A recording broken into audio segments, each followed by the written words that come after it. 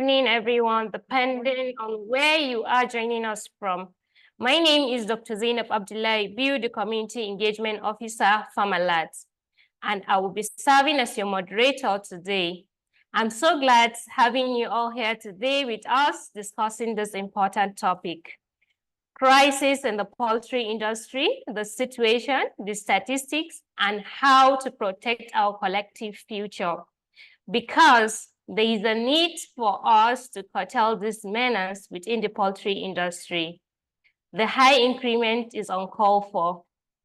As you all know, poultry is the fastest growing agricultural subsector in developed countries. And that is why today we are having three most important influential personalities from the poultry industry here with us today as our top expert. Allow me to introduce Onalo Akpa, the DG Poultry Association of Nigeria. You're welcome, sir. We also have Adeyini Deji Adenuga, the Commercial Manager, Feed and Poultry Affairs. You're highly welcome, sir. And we also have Dr. James Babawagiti, who is the General Manager, Sales and Marketing at Admo Nigeria Limited. Sir, you are highly welcome.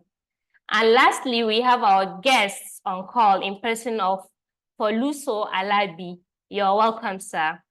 So shortly, I will be taking us through the agenda by sharing my screen. But before then, I want to welcome each and every one of us today to yet another Tech Class session by Farmalat, who is in partnership with MDOC, Making More Health, Ashoka, Boringa Ingham, Veterinary Council of Nigeria, and Project ECHO. This Tech Lab project leverages 4 ECHO pillars, where we use video conference technology to leverage scarce healthcare resources, specialists sharing best practice with colleagues, case-based learning and continuous monitoring of program outcome.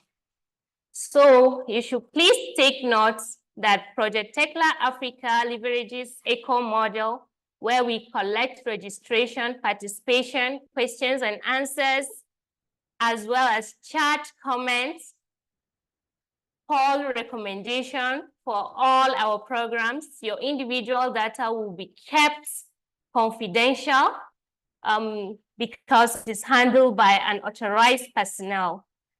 This data may be used for reports, maps, communication, survey, quality assurance, evaluation, research, and informative new initiative. So this session will be recorded and we'll be sharing PDF version of slides after the session. And we have some few participation tips that you need to know. You can have your camera on. The facilitator will unmute you when there is need for you to speak. And please use the raise hand feature in Zoom when you want to speak. And kindly use chat function for any question respectively. So like I said earlier, Farmalat partners with Ashoka, MDOC, Moringa Ingham, Making More Health, Veterinary Council of Nigeria, and Project ECHO. So on the agenda, we will be having Dr. Janet Miyake to give us a brief about Farmalat. So over to you, Dr. Janet Miyake. Dr. Janet Miyake. Hi, everyone. Good morning. As introduced, my name is Dr. Janet Miyake. And I serve as the Partnership and Growth Manager for Farmalat. Well, Farmalat is an animal health enterprise founded in 2019 with the primary mission of enabling easy access to affordable animal health care in underserved communities in Africa. Animal diseases are the leading cause of losses to livestock, farmers, and pet owners, accounting for over 70% of the total damage. Unfortunately, the animal health system in Africa leaves little to be desired and goes a long way to adversely affect these farmers and pet owners who are the lifeline of our local food system. At Farmalad, we have been able to combine our relevance as a major animal health care brand in the marketplace with our mission of ensuring the availability, accessibility, and affordability of these animal health products and services across the country. We partner with animal health professionals, mainly veterinarians, who partner with these local pet owners and farmers in building an inclusive system for sustainable animal health and disease prevention. We also foster a peer-to-peer network where access to regular animal health products, veterinary services, and pieces of training can be easily obtained and learnings at various levels of farmers' interaction shared. In summary, we're enabling easy access to quality animal health across Nigeria and soon across Africa. Our Tech Class session are a partnership between the largest privately owned health animal company in the world, Boehringer Ingelheim, and Ashoka, an organization designed to support social entrepreneurs using the Making More Health platform. With the help of MDOG, our education partner, our Tech Class session moves knowledge rather than people by utilizing the digital technology like the video conferencing application we are currently using. It is our utmost desire that you will find these sessions both useful and inspiring in your various choosing areas of specialty. Once again, I warmly welcome you to our ever-growing animal health community where we derive absolute pleasure in helping you win. Please enjoy this session. Thank you. So thank you, Dr. Janet Miyake, for giving us brief about Farmalad. So next on the agenda is the pre-quiz session, which is about 5 minutes. So please, my dear participants, the essence of this pre-quiz is to test your knowledge and ideas on what we are discussing today. So please, you have 5 minutes to keep answering. Please keep engaging as the pre-quiz is going on now. So thank you. Let's go. We have 4 minutes. Let's keep engaging. As I can see, we have 63 participants, now 64. So please, let's engage in this pre-quiz session as it will help us to test our knowledge and then to have an idea on what this discussion will be all about. I can see many people are joining. We are having like 3 minutes.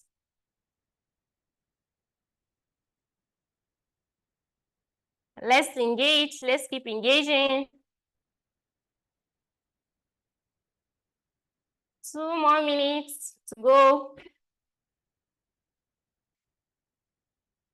We can do it, let's do it, please. Let's keep engaging. 1 more minute to go. Let's engage, please. Well done, well done. I can see a lot of participants. 30 more seconds to go. Let's keep engaging, please.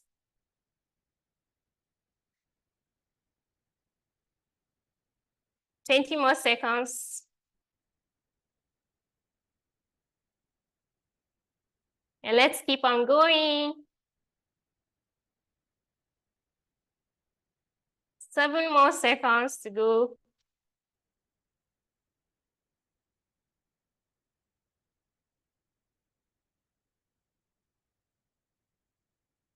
Four more seconds to go.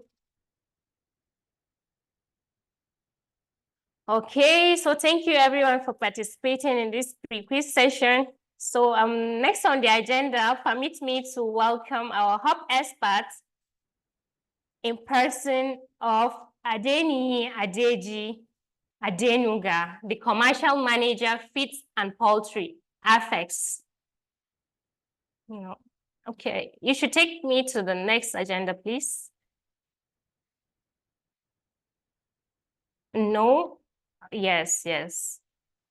So permit me to welcome our hub expert in person of Adeyi Deji Adenuga, the commercial manager, Feeds and Poultry, Affects, to discuss the topic of the day, crisis in poultry industry, the situation, the statistics, and how to protect our collective future.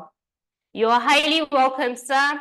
You have 25 minutes for that, as we are indeed grateful for having you here with us today discussing this important topic with us. You're welcome, sir. The mic is yours. Thank you, sir. Okay, thank you very much. Good morning, everyone here in Nigeria, and good afternoon, good evening, wherever you are in the world. Thank you very much for having us here. I bring greetings from FX Commodities Exchange. We are glad to be part of this program. We see ourselves majorly as partners and friends of the farmer. Firstly, I appreciate the Farmer Lab team for putting this together, the Poultry Association of Nigeria, which we are gladly part of. And then I also acknowledge the presence of all stakeholders ably represented here in this meeting. For us, I mean, we can't talk more than the people who are wearing the shoes. And I mean, we can say, please, can I have my slide on, or I should share my own screen for my slide?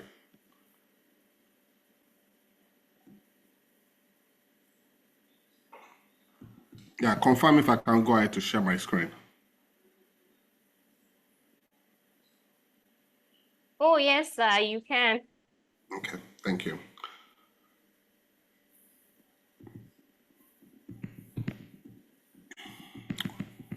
Confirm if you can see my screen, please.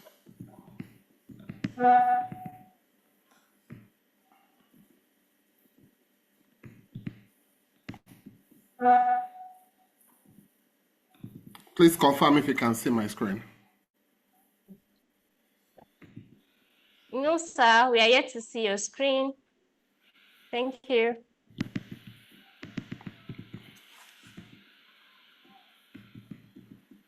Okay. Yeah, we can see your screen now. Thank Okay. you. Thank you very much. So I'm saying back to the topic, that crisis in the poultry industry, the situation, the statistics, and how to protect our collective future. I was trying to raise the point that we can't cry more than the farmers who are facing this situation, and it's unfortunate that we are here in Nigeria.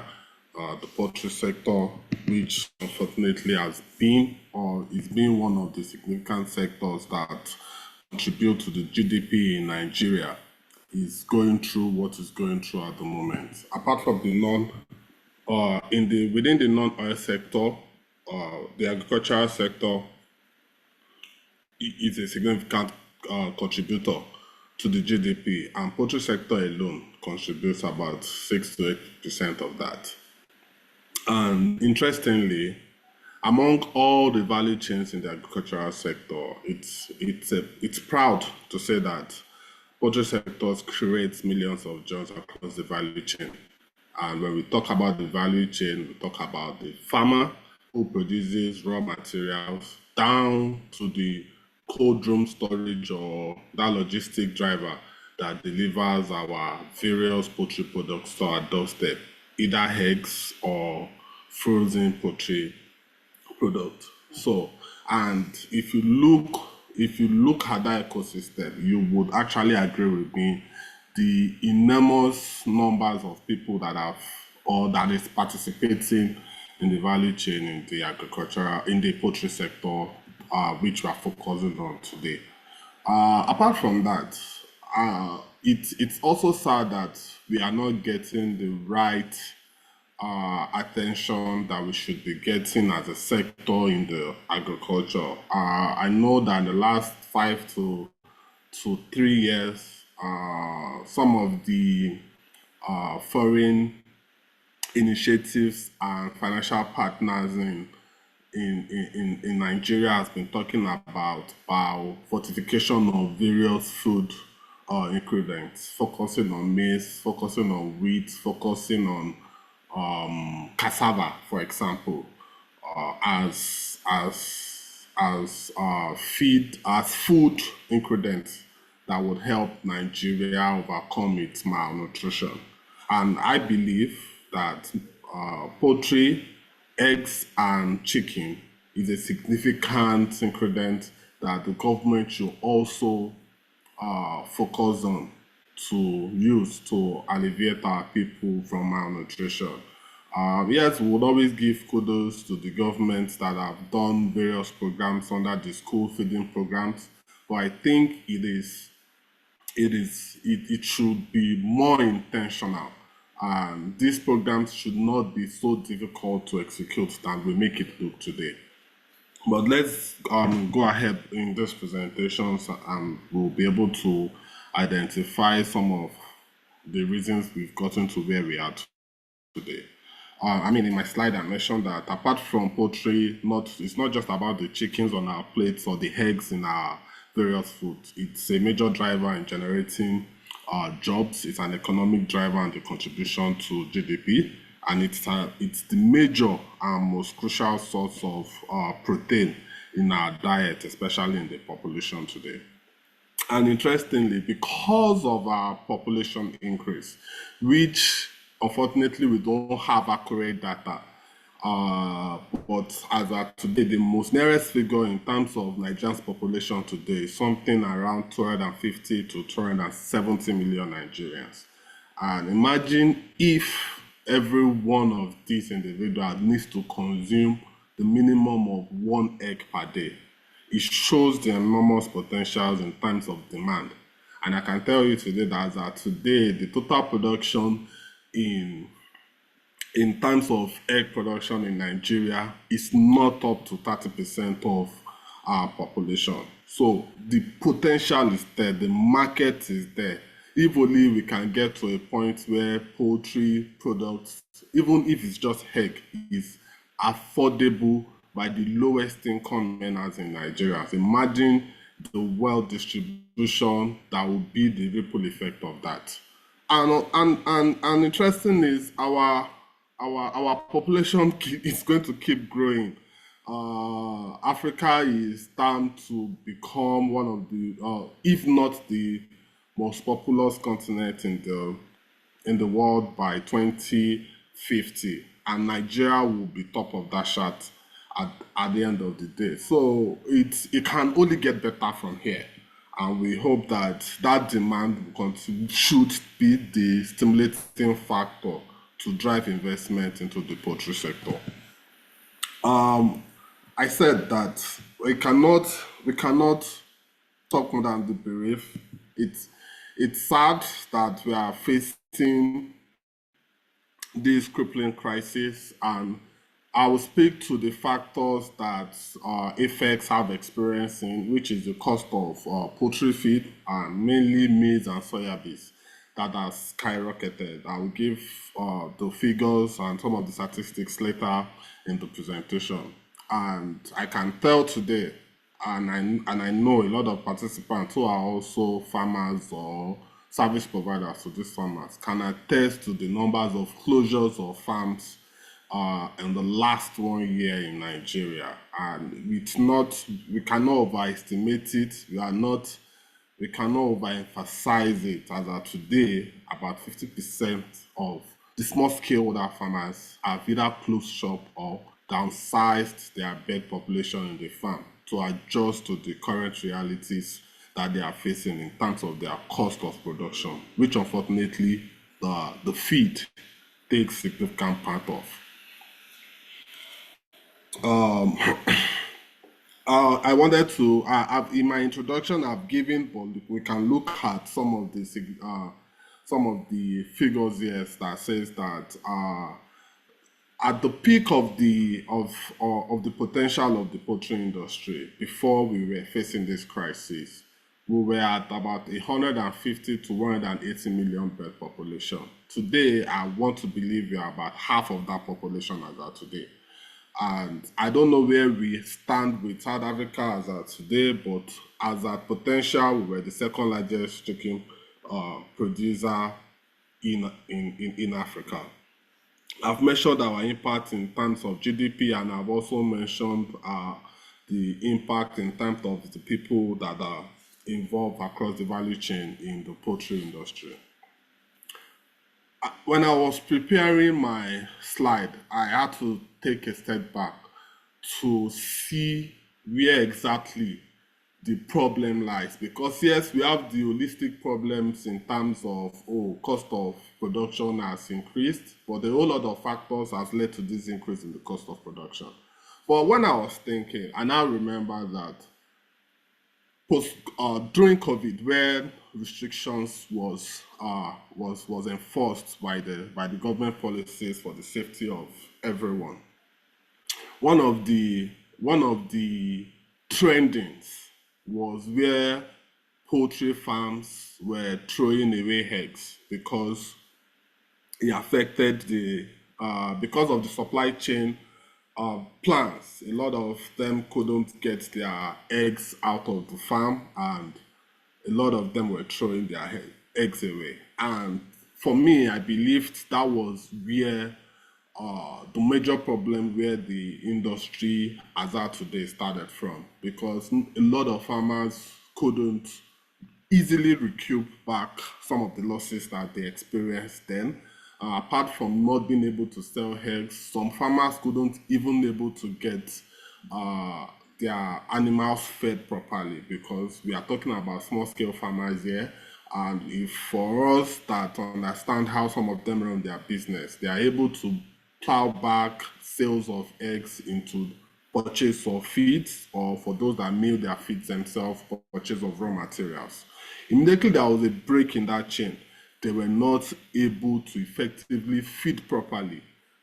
Also contributing to that was the lockdown, where there was enormous restrictions. So a lot of farmers couldn't travel or move around easily to get their feedstock, and not a whole lot of them had the financial capacity to buy enough feed that would get them to the next day, even to the next period when there was relaxation of movement. And that was where we started to have decline in terms of production, in terms of egg, and decline in terms of production, in terms of poultry products such as broilers. The statistics, and from there, it's simple: supply and demand. Immediately there is no demand, there is no sufficient supply, price of feed, price of feed products starts to go up. But remember what COVID also did. It started making people adjust variously to their lifestyle, and cost of production in terms of diesel, in terms of logistics cost started to increase, which are generally passed down to final consumers. And I quoted the Nigerian Bureau of Statistics here that also indicated that the price of eggs also increased by almost 52% between 2022 and 2023. Interestingly, I'm going to show you statistics further down into this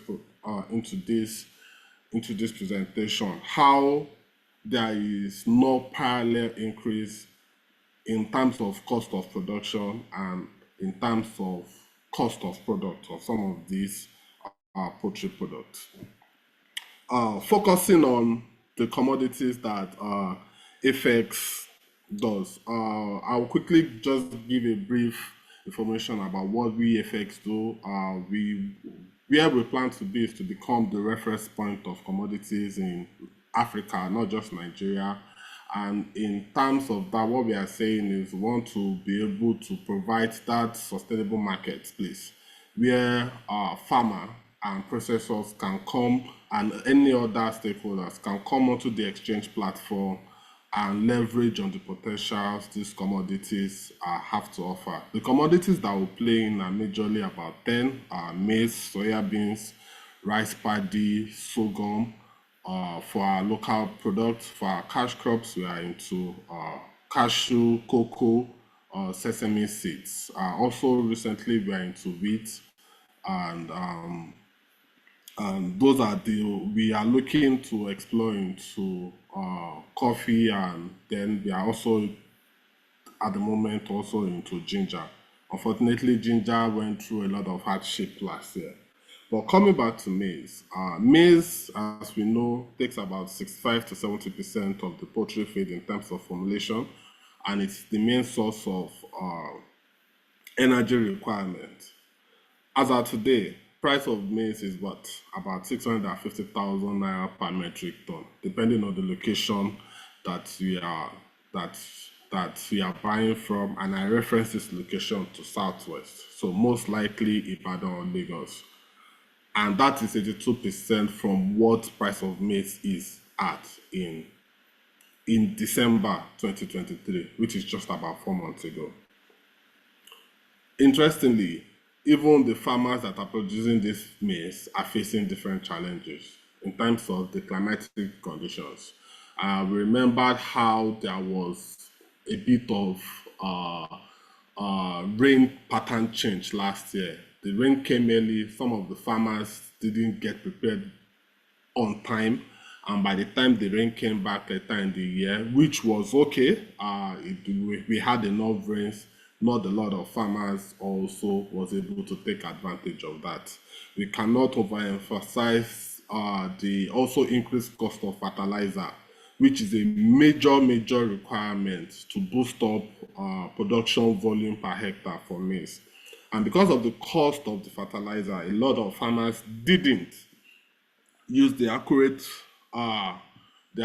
requirements for fertilizers to produce their farm, which unfortunately led to lower productivity.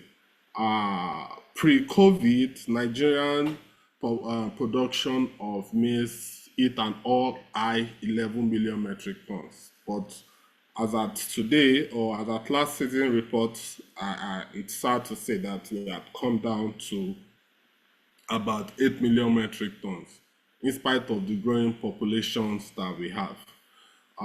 It is also interesting to note that one of the major factors that has also affected availability of maize as at last year was also the fact of competition for it. Because other food ingredients, rice paddy, wheat, were neither available or expensive, food consumption for maize went high, especially in the north. And unfortunately, the industry could not compete with the price value that was placed for maize, irrespective of the various incentives that the government tried to put in place. Also, it would be unfair to not also mention that, knowing fully well that maize is predominantly planted in the north, we cannot go without mentioning the insecurity faced by a whole lot of these farmers, or maize farmers in the northern region. I mean, we all listen to the news, and we know what a lot of these farmers go through. For some of them, they cannot even access their farm because of bandits. For some of them, the cost to go to their farm, to plant their farm, or to even at time of harvest, because of whatever toll gates that is being issued to them, didn't allow them to go back to their farm to harvest. And the compound of that could not allow us to access the significant or potential volumes of production that was supposed to come. And we faced it last year. I mean, I remember last year, price of maize also skyrocketed to about 650 that it was today. And unfortunately, it was not even readily available until the federal government released some of the volumes they were holding up in the strategic grain reserve programs that they have.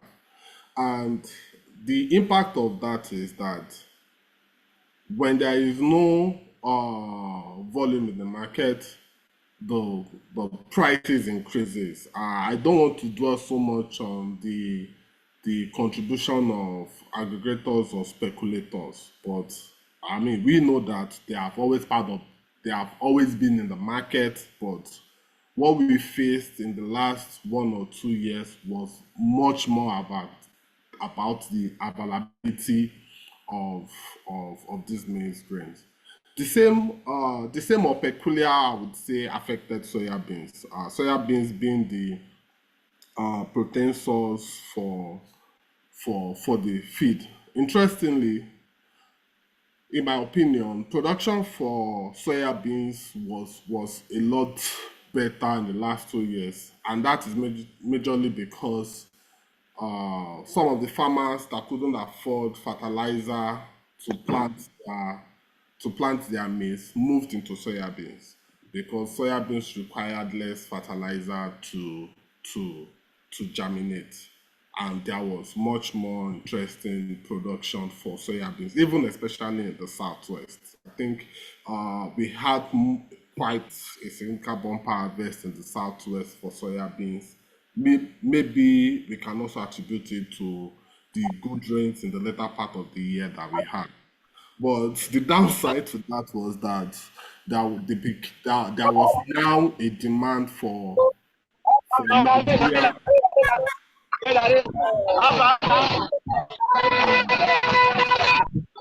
Sorry, Mr. Geoffrey, can you mute?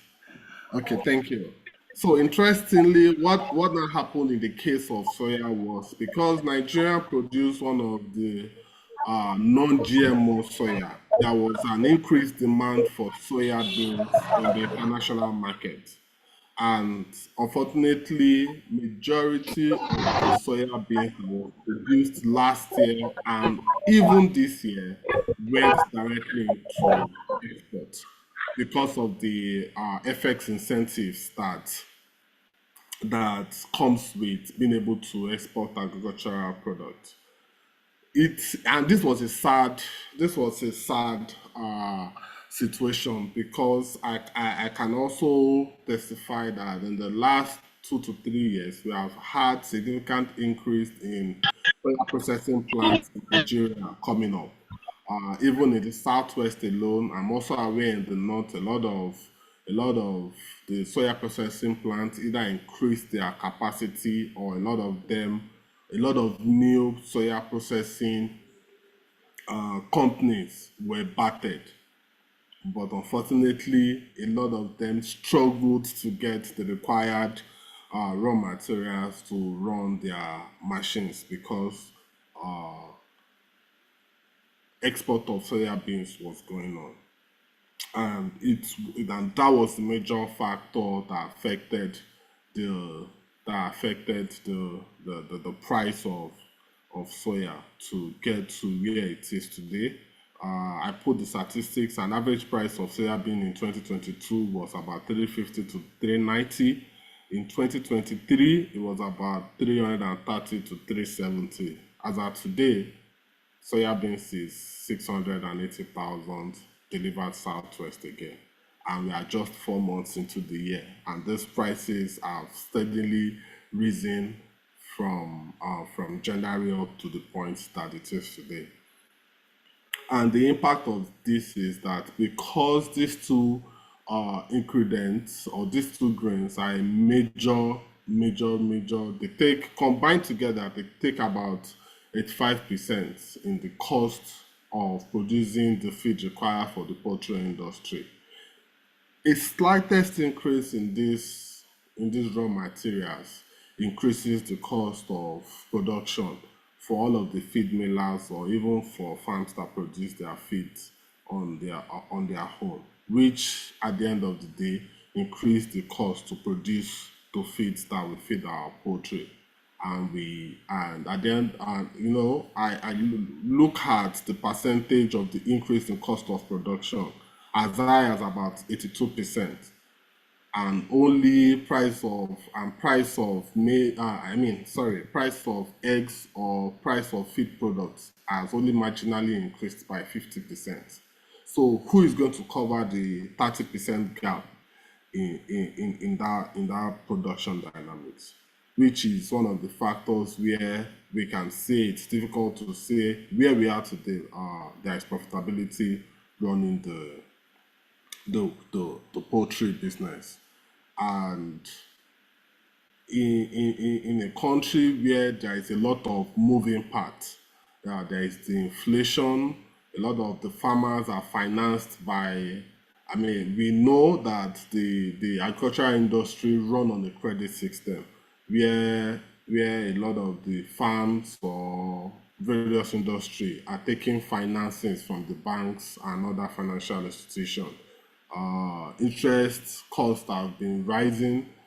As of today, I think we are almost at 30% even from the money market. So you can't imagine anymore what this now means to people processing or people producing, and now dealing with increasing cost of raw materials. It's almost very difficult for any of them to have enough liquidity to stimulate production in their various farms. And unfortunately, the impact is what we are seeing today. Job losses. For every time a farm closes, there is a loss in customer in terms of feed processor. There is a loss in we lose labor forces. We lose revenue from service providers in terms of medications and veterinary service. It's holistic, and everything is interconnected. A lot of the unemployment that we are facing today is also as a result of the poultry sector. While growing up, I used to remember that a lot of the farmers are about 15 to 17 years ago would easily go into the poultry sector to get their hands busy, either by going into broiler productions or by going into egg production. But today that can happen. So the crisis we are facing in this industry is directly impacting the rate of unemployment in Nigeria, because for it to even go and start a 500 capacity farm will require significant amount of money. And of course, when production is being reduced, price of egg starts to increase. As of today, they are saying a crate of egg is close to about 4,000. A package of chicken is close to about 4,000 also. And unfortunately, when there is an increase in cost of egg and chicken, it means that there will also be an increase, there will be a reduction in the people that can afford this as food products. And that is a negative impact in the industry. To the business person that increases to be able to meet their needs, yes, because they need to stay profitable. But when you look at the average or earning power population of the economy, and they cannot easily buy the few things that we produce in the country, then there is a mismatch. And on a lighter note, I would share my own personal story today. If I remember last year, it's very comfortable for me to eat a 3,005 meal, which is probably the total cost of my meal. But today, 3,005 will most likely be the cost of chicken or turkey in a fast food restaurant. So it means that if I want to have a complete meal, and this can be the most basic fast food restaurant. Yeah, a personal meal has moved to what, 7,000, and that is sad. So for me to adjust, if I have chicken on a Monday, I probably will not have it on a Tuesday, and I wait till Wednesday if I'm in the good mood, or if not, I do without it, or maybe I go to fish if that's what I find much more affordable. And that speaks to when we are not looking at the purchasing power of the economy. So when price of commodity increases, it's very difficult to measure who are able to buy it. And last but not the least, the impact and the fact that when we are not having enough protein in our diet system, we start to have vulnerable population in terms of LD nation. We have deficiencies in protein and in vitamin, which means that the population probably starts to be weak and starts to be sick. And a healthy nation is a wealthy nation. If we don't start to fix if we don't start to talk to the policymakers to see how we can solve this, it's going to be a challenge across board. And when you look at the food insecurity, it's now just not about the low income earners. Even the middle class earners are beginning to feel the brunt, to feel the brunt of that. Highlighting all of these challenges, our call to action is simple. First one is to ensure from the primary point of production, the farmers who make this raw material available, we need to ensure that there are security measures to protect them. There needs to be community engagement to allow them to go to their farms. It's now everybody's work to ensure that we protect agricultural assets, and farmers can easily go to farm and produce. Once we can solve that, we can go to the economic side to say, you know what, let's have restrictions on, let there be lifting of restrictions on foreign exchange.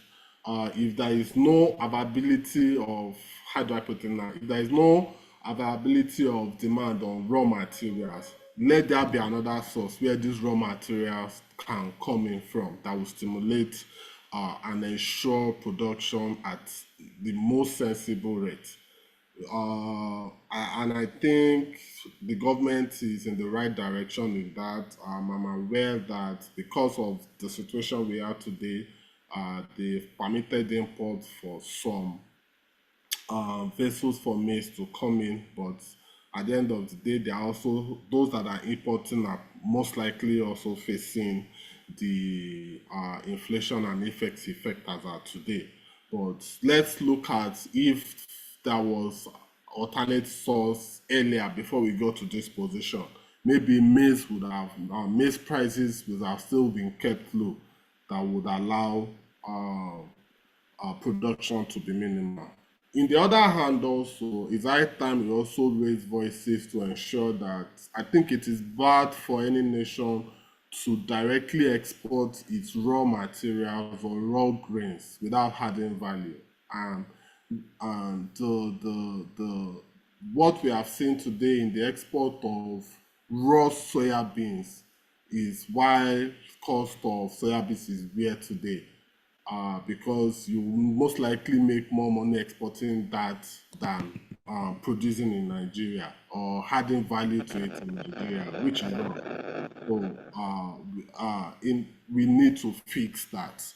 The third call to action that I highlighted here is to ensure that we have much more processing facilities, especially for eggs and poultry products. I'm aware that at various points in time, the Poultry Association of Nigeria has looked at the business of egg powder. I stumbled on a statistics that says that we lose significantly in the potentials of egg powder by the import of egg powder products that comes into the country through various, maybe for culinary purposes or cosmetic purposes. And we produce a lot of eggs in Nigeria. During the periods of egg loss, our eggs should be going into processing. The interesting thing about value addition is that you always have the potential to mop up whatever we are producing, that even if we are not careful, we will need to increase production to meet with demand in terms of processing. And the same thing goes for our broiler productions and other poultry production. I think I would like to give kudos to where we are in terms of that today, because I remember also growing up, it used to be imported chickens that was flooding the market. But I would say that I think as of today, we have gotten it right, either from the point of the private stakeholder or from the government policy. There have been minimal importation. Any frozen products that you find in Nigeria today will most likely be chicken produced in Nigeria. And we need to not relent, we need to increase the campaign for that, because the population is there, the market is there.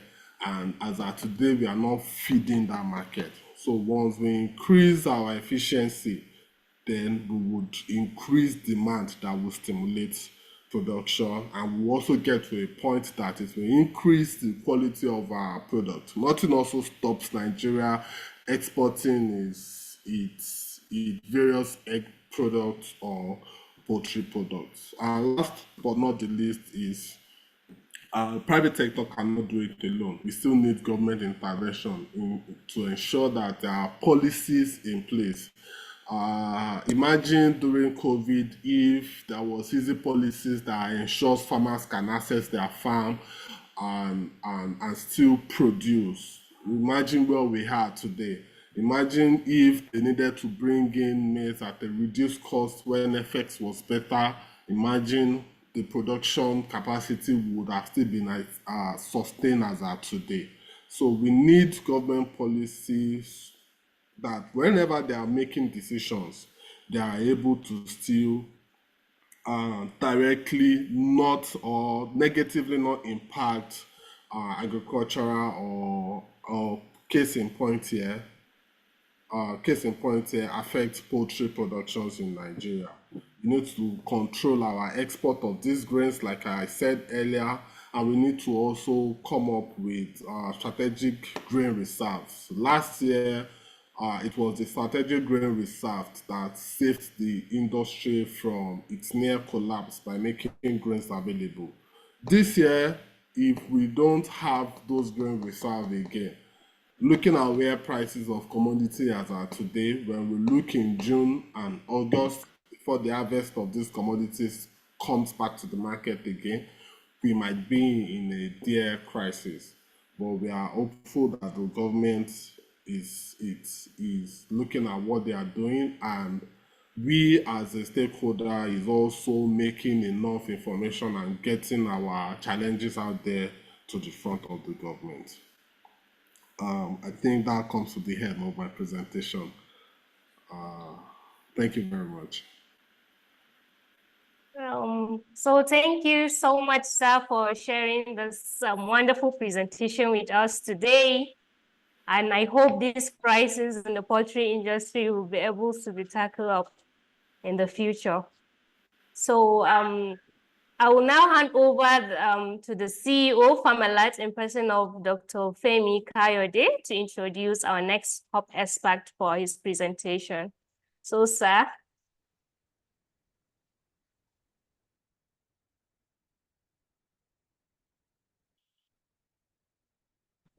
All right.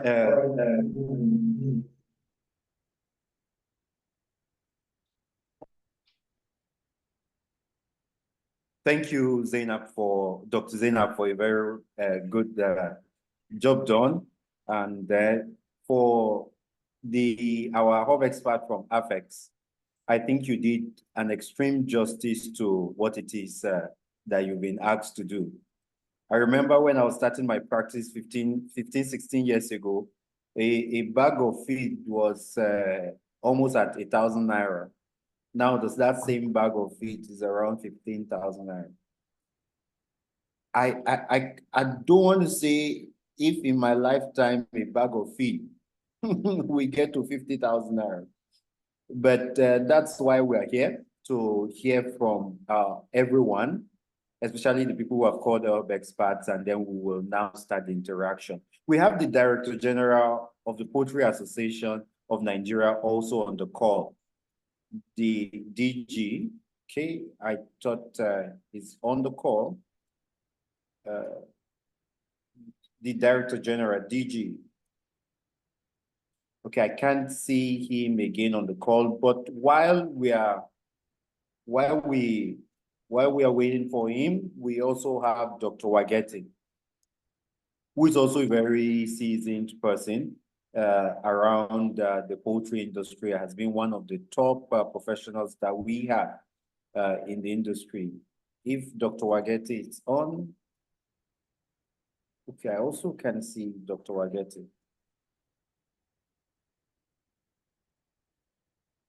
Just a moment, please. We will get through shortly.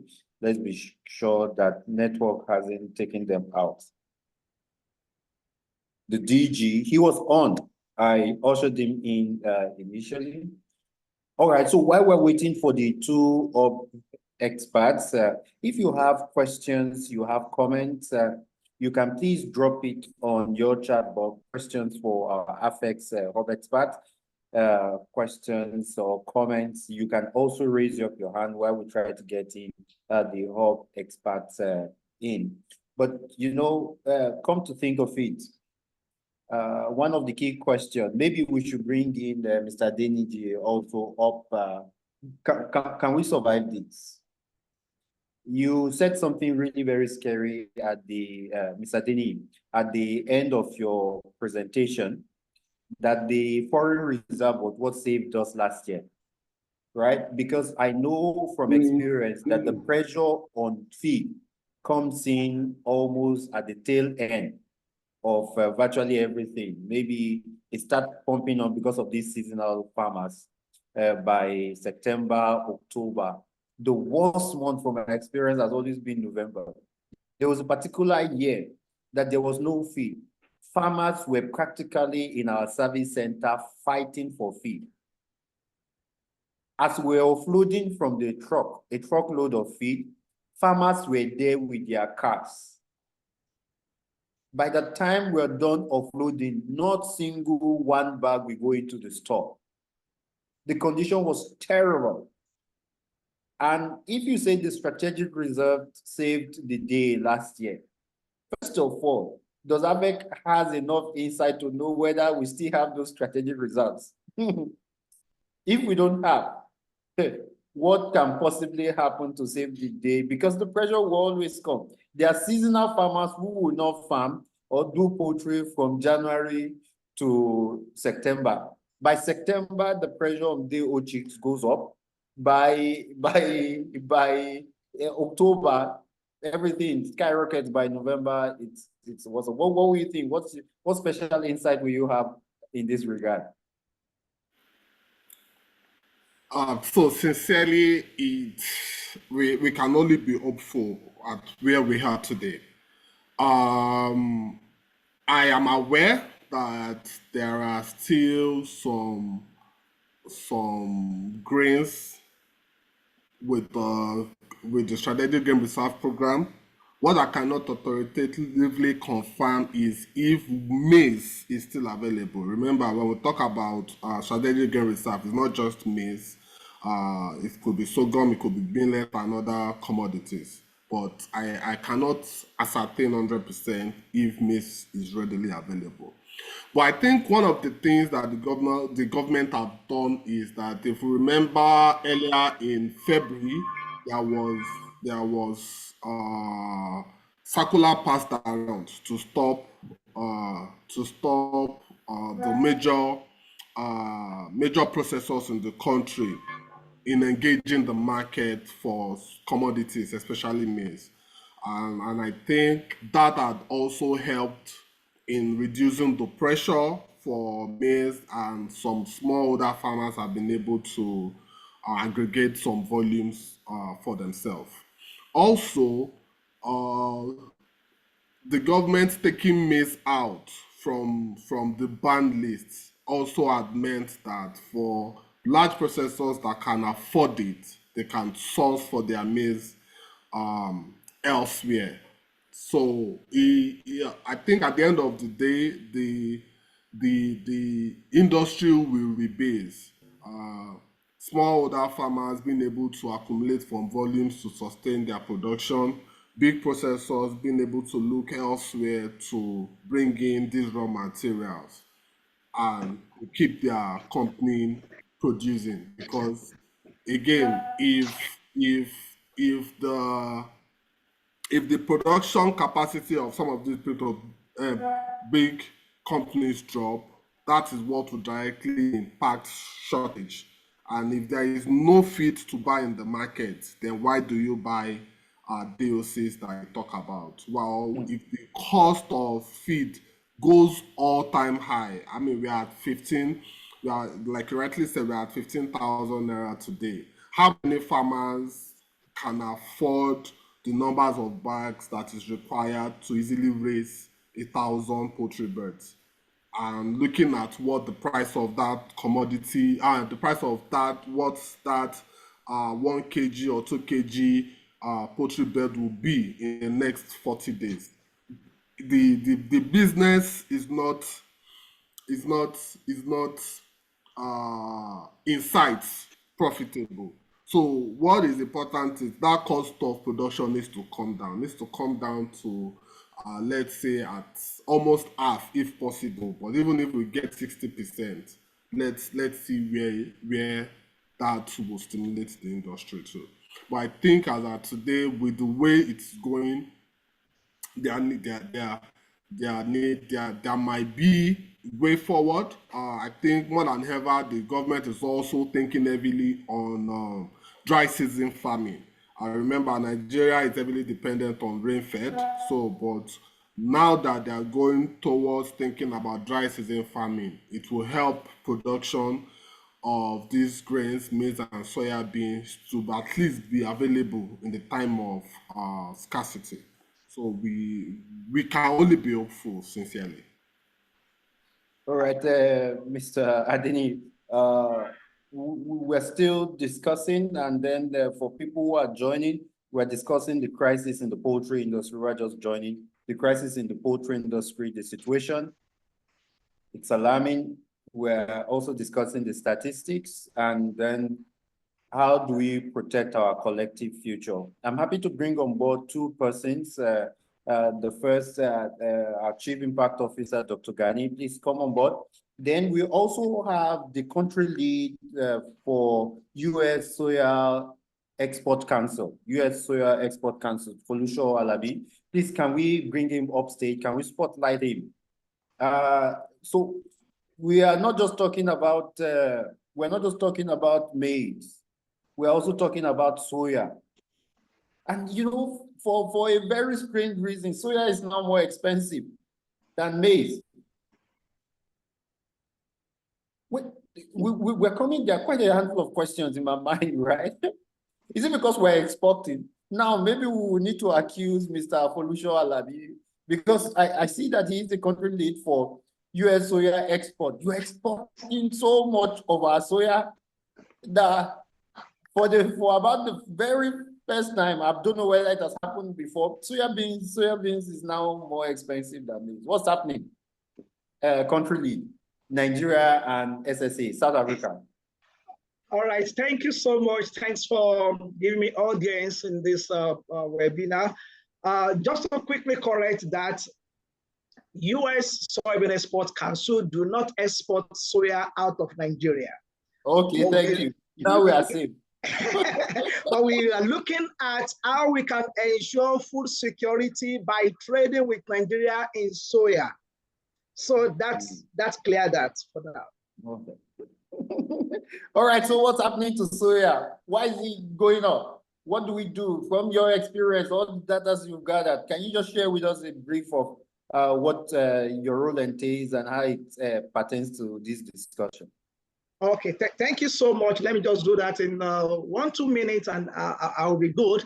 Thank you for the former speaker for the analysis of all what you have told us about our situation in the country right now. Good enough, I could say that Nigerian poultry industry is one of the most resilient in the world. And that is taking a cue from who we are as Nigerians. We don't go down, we don't back down. And in this situation, though it looks protected at this moment, but we are not going to back down. Private sectors, public sectors, and the rest of all of us. It is sure that we are going to be one of the most populous nations in the next 25 years. By 2050, we are looking at about 400 million people as at now, if the rate continues the way it is. By that time, we would have overtaken Indonesia, would have overtaken maybe even United States of America. And when that happens, we have a lot of work to do from this moment.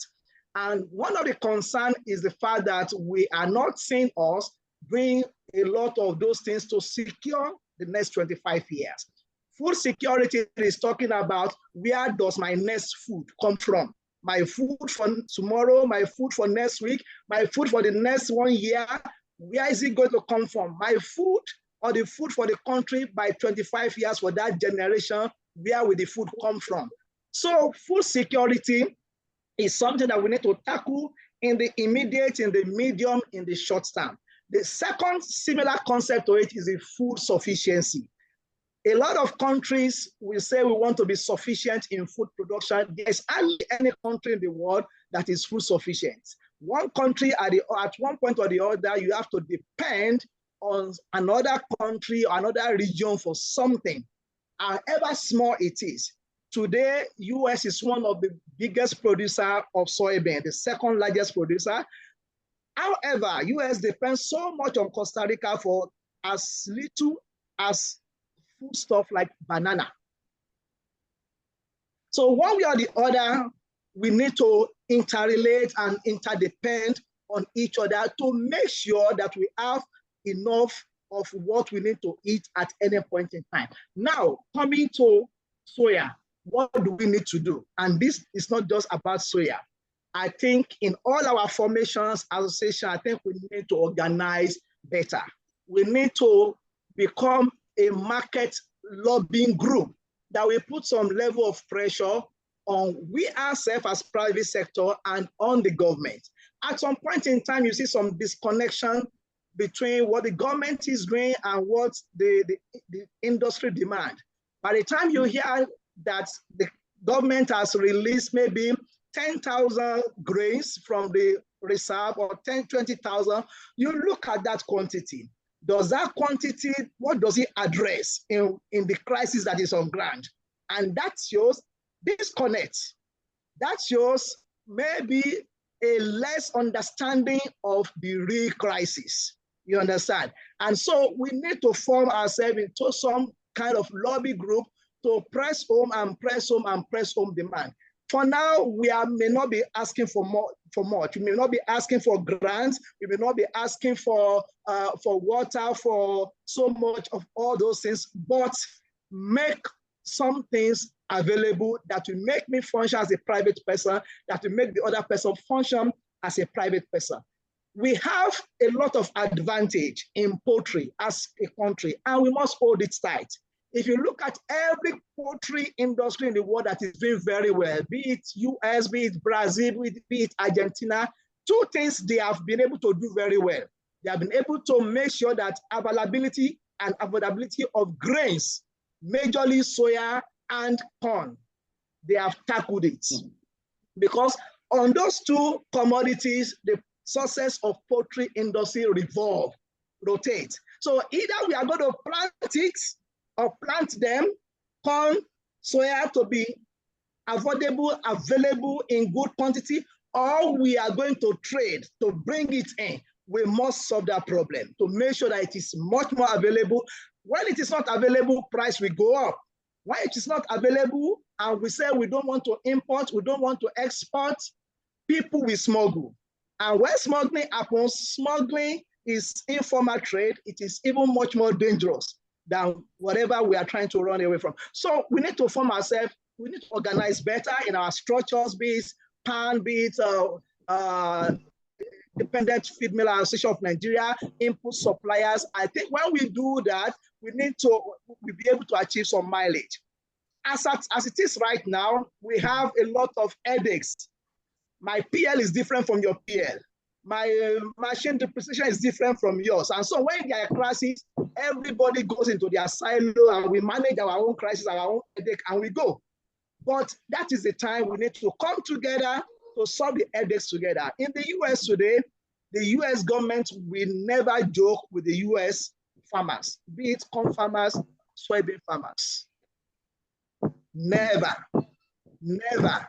In some other places too, even in Malaysia, they will not joke with farmers. Never. So we need to raise our standard to be in the face of the government, to appear so that this is who we are. 6 to 8% contribution to GDP is not a joke. So thank you so much. The main thing I've said here is that we need to organize better to push some of the things that Mr. Adeneye have mentioned in his speech. I think I'm good for now. Thank you so much. Please don't go away, right? Just hang on there because we are now in the interactive sessions, and Dr. Gani will be attending to a lot of questions. Dr. Gani, also, we are privileged to have him, a very senior veterinarian and then well experienced with experience of over 30 years in practice. And then we also have him as a member of the National Institute. So both the strategy and then the execution, he has it all in one person. But I want to just quickly make a comment and ask one question, then I will hand over the stage to him. I think, Mr. Folisho, you said food security, food sufficiency. I think there's one you need to add before that, food survival. We need to survive, then we secure, then we are sufficient. So I'm not sure how that will play out, but I think the country hasn't prioritized the farming community as much as we could to even make us survive. And we are hoping that some of these conversations we stir up the energy. That's why we brought in a few stakeholders, and then the government will be able to step in. One question I will ask, then hand over to the stage to Dr. Gani MNI, is Mr. Adeneye, why are we using improved seeds? So there's something, I'm not very familiar with the plant sector, right? But our local cattle, I know, produces 1 to 2 liters of milk. If you have the foreign breeds, you are having up to 40 liters of milk. If it is hybrid, it's between 15 to 20 liters of milk. So it means that the effort you will use to produce 1 liter or 2 liters per day, if you have an improved breed of cattle, you can multiply that same effort, the result of that same effort by 10. There are the seeds we're using. Is it the one that we're eating? So you need to, the big question is, why are we not investing? And why are farmers not using improved seeds so that our yield per hectare can improve? So after this, once you are done answering this, then Dr. Gani will take on. So Nigeria's problem is, how do I put it, very, very holistic. But one key thing that is that, let's first of all agree that it's the small scaleholder farmers that are contributing the largest chunk to our production in Nigeria. Unfortunately, these guys or these farmers are not, we are not giving them the necessary support that they require. Improved seeds is not the only requirement that will boost our production. It's just one out of it. So if they are not doing proper land clearing, they would still most likely not get the results that is required. If they are not carrying out proper good agricultural practices, they will still not get the necessary results that will require. If they are not applying proper fertilizer and pest protection ingredients, they will still not get at that. So, I mean, when we see commercial farms that have all these tractors and everything, and you ask about their output, they will tell you, yes, they get good output, 4 metric tons, 5 metric tons per hectare. But let's ask, how many tractorization is going on at the small scale order level? None. How many of them can afford the same way bag of maize feed has increased, bag of fertilizer has increased by almost same 100%. So how many farmers would go to the market where they are supposed to use average of 200 bags for their hectare? How many of them is going to afford that? They will just go to their natural or traditional method.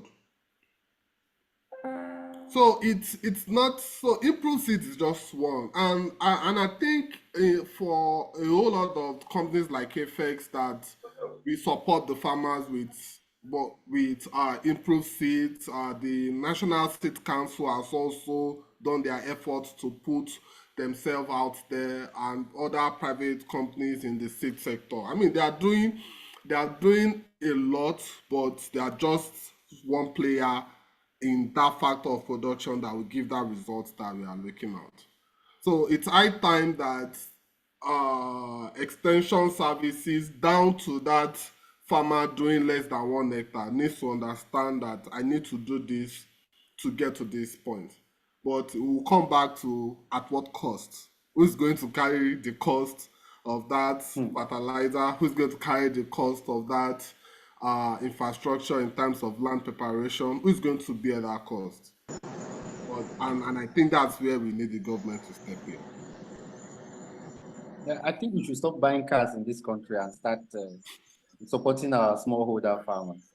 Correct. And it's as critical as that. Somebody said Nigeria needs to reduce dependency on grain for agriculture to improve. And then maybe we should also bring in science. We don't understand our soil, quite a handful of things. But again, I sit down at the backstage now. Let me allow Dr. Gani Nahoro, MNI, continue to participate section. Over to you, sir. Oh yeah, let's go. Thank you, Penny, for anchoring very well. Mine will start with appreciation to Adeniyi for a very data-rich presentation. As a long time, I enjoyed such a presentation, very data-rich. You've exposed so much to us in terms of figures and statistics, so I appreciate you for that. My immediate worry is for how long must we remain doing the same thing and then be expecting a different result? I have practiced for about almost 40 years now, and we had always had the challenge of the raw materials for feeding poultry. Let me say that poultry has been the flagship for livestock development in this country. Even when the Nigerian Livestock Transformation Agenda was designing what they wanted to do, each time they come to the poultry sector, and everybody will say, look, poultry is already organized. We don't have to worry too much. But are we having a diminishing return affect us now? Can't we begin to think out of the box? The competition from human hunger on grains was never like this in the past. So if we have this kind of reliance with almost 80%, 85% based on your data of maize and soya contributing to feed poultry feed, then and we still have human demands for maize and soya the way it is today, we need to look at two things. Is it that our hammer mills, machines are not able to be repurposed to use other things to start producing feed for poultry? I'm happy, there is a proverb in Yoruba, I'm happy you are Yoruba. pollution is also here. That before maize came, there was something the chicken was eating, which shows that, I mean, there must have been an alternative to what we have been relying on for the past almost 100 years now. Before I allow you to take the floor, Adenuga, the former Minister of Agriculture, who is the AFDB president today, additional, tried to think out of the box by not over-relying on wheat for bread. And then he brought cassava in, and then, you know, the policy somersault is a problem we have in this country. Assuming we had followed through with thinking out of the box that they had at that time, maybe today our demand for wheat and consequently our loss of foreign exchange would have been reduced to a very large extent.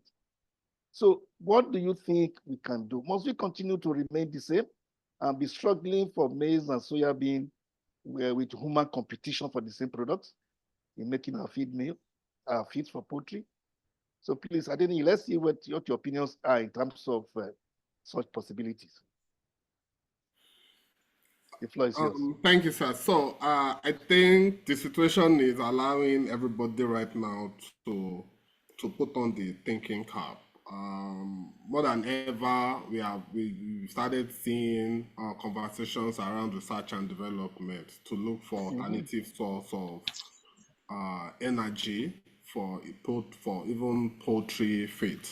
So talking about now, they are looking at the acceptability of the feed conversion ratio, and the acceptable substitute ratio for all of this.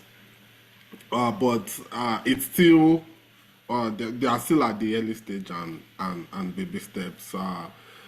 But interestingly, you know, when it comes to the business side of it, the question is how commercial able, if I can use that word, are these research developments that we are finding. But it's a matter of perfection. Once it gets there, we'll get it right. Again, we need, I think one of the important tool that we need now is also knowledge, teaching the farmers, teaching the small older farmers, and teaching the general ecosystem as a whole about this new development. And the more we have this information out there, the more acceptable that they become. But I totally agree with you that right now we need to diversify our options and not be heavily dependent on one crop as our source of energy. Thank you very much. Yeah, talking about teaching the farmers, you know, you also hinted on an area which I think we look like low as experts on communication. We appear so satisfied in the industry, and we are not having the right experts to communicate. I was thinking the DG of PAN will be here. This idea of we know it all, we can do all the talking on our behalf, doesn't seem to be marketable any longer. By now, we must have expert communicators work for the poultry industry. When the federal government was trying to go into releasing all that they had as strategic reserves, I was thinking the Poultry Association should also raise alarm that if that was going to happen, I mean, there would be some challenge to the poultry industry as well, because just like you said in your presentation, a lot of balancing took place when the strategic reserve was released 2 years ago and last year in supporting livestock production. Now, if we have given all those reserves to human demands because of pressures of people going on strike, and then what is left for us if now we now have challenges of what we also require in the livestock industry, particularly in poultry? So I think we need to begin to spend a little more of our revenue in managing all areas so that policy planners can be able to capture our needs more. Otherwise, they will just feel that they are all satisfied and we don't need to worry at all about poultry industry. Now, that is about that. Now, if we are looking at the price of chicken, tumbling so much in 60% increment, where are we heading to? Is there any chance that we are going to have a poultry appeal to the public any longer? Because that's another danger there. We're already talking about egg glut.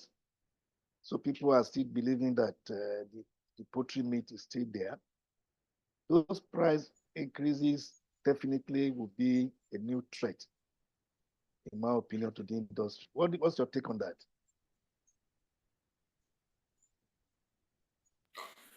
My opinion would always remain that the prices or the production cost should always be in tune with the purchasing power of the economy, because that is only when there can be good business. But again, Nigeria is an interesting market. There will always still be that sector that can afford this cost. Does that population, will it stimulate production, and or will it only be a particular tier in the poultry industry that will benefit from it? That's the big question. But again, there are ways that I think the government can come into place here. I wish there are other words for subsidy, but what I'm not talking about is not direct subsidy as we know it. But if there is a way the government can bring in policies that would subsidize production, then it will, and when there is subsidized production, stimulates people to go into production. It's a simple law of demand and supply. Prices will come down when there are options, when there are more volumes of products in the market. When people can have various places to buy from, prices will always come down. And I think that is where we need to plug in right now. Anything that would encourage and stimulate production is what we should do, and we'll get the prices to come down in terms of final products that will make these available for everybody to buy. Sir, if I just quickly could come in, sir, for your notice, Okay. Dr. Mikel Audu, who is the Chief Operating Officer for Hybrid Feed, one of the largest also user of maize in the country. So I just spotted him online. We're still struggling to bring in Dr. Wageti. He said his network is having a few issues, and together with the DG. But I thought Dr. Mikel also can add his voice to this conversation. Sir, can you please unmute? If buying maize was a sin, hybrid will also be one of the sinners God will look out for on the last day. So we want you to make a few comments around what's happening. How difficult is it? Dr. Mikel, sir, I'm asking him to unmute. Although he has said he just wanted to be an observer, I said he's too big a person in the maize purchase to want to hide. All right, sir, big man. Very small. Good afternoon, everybody. Good afternoon, sir. Very good presentations. Well, for us in hybrid, it's a case of we also suffering what every other person is suffering.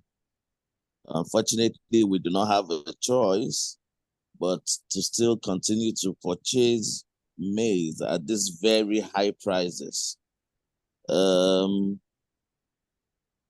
are some very, very, very big players with a lot of financial muscle who perhaps have some advantages that we may not have a lot of that. For us as a company, our primary aim, our primary motive of being in business is to see how we can help farmers build wealth. And one of the ways you can help a farmer build wealth is to help them maximize profit and minimize cost.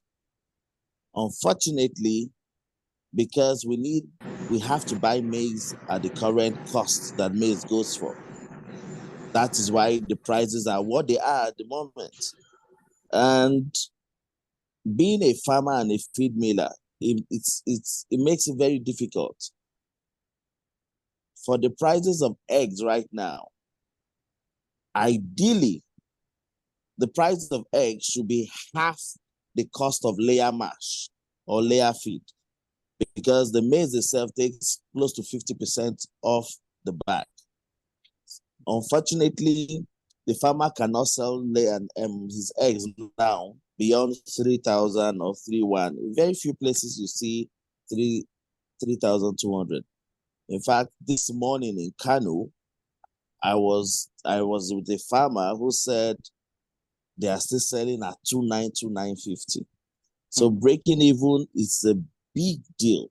It's seriously a big deal. We try to do everything humanly and practically possible to see how we can help. Unfortunately, well, we've also found ourselves at the very deep end of the loop.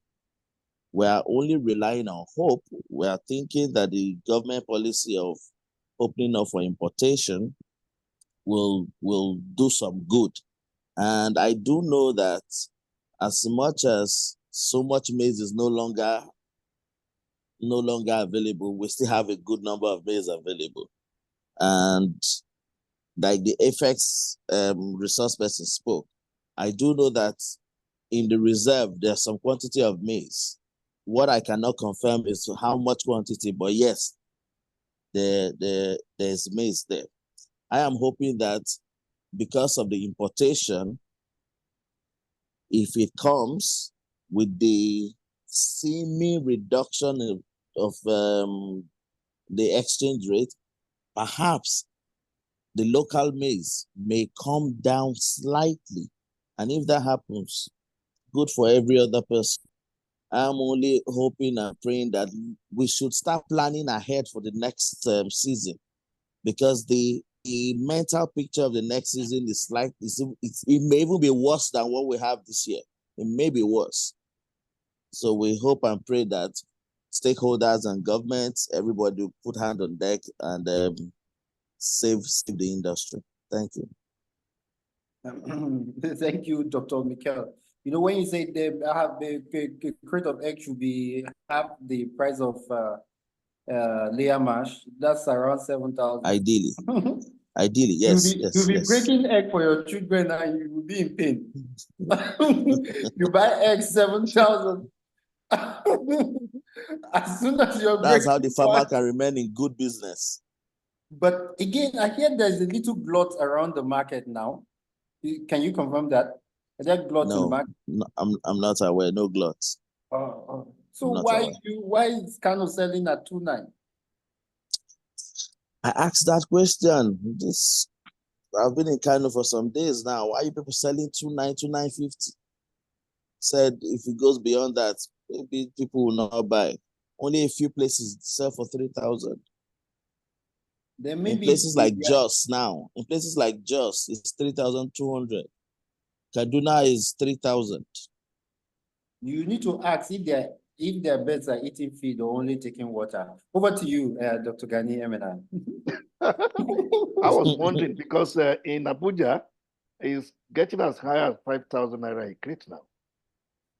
If Michael is talking about the off-takers from the farm, maybe, but those who still sell to the retail sell as high as 5,000 in places like Abuja. Anyway, yes, sadly, sir. Yeah, in Abuja they sell 3,002, 3,003 at farm gates, but the middlemen and supermarkets sell 4,000, 4,500. But farm gate is 3,2, 3,3 in Abuja. Yeah. I think there's a gap there. Because the middlemen are making a kill. They are making a lot of money. Yeah. The farm gate price don't get to the public. Yes, it doesn't. I think Lagos did something that by opening a hub, I don't know how far who is in Lagos here.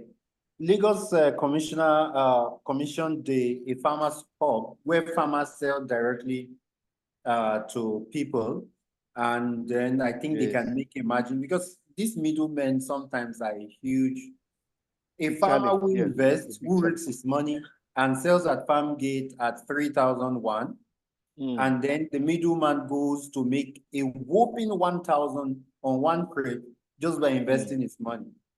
So you, as a farmer, you want to resign your position and become a middleman because, of course, yes, you don't need to bother about whether to give La Sota or not. All you just need to do is to buy egg and find willing buyers to buy. There are comments on the chat. Together, I don't know whether you might want to. Yeah, I would have wanted Dr. Chasibe is raising his hand consistently. Let's hear his comments as a field experienced person as well, and then we can take the questions from the chat. Dr. Ibe, please, can we spotlight him and hear you out?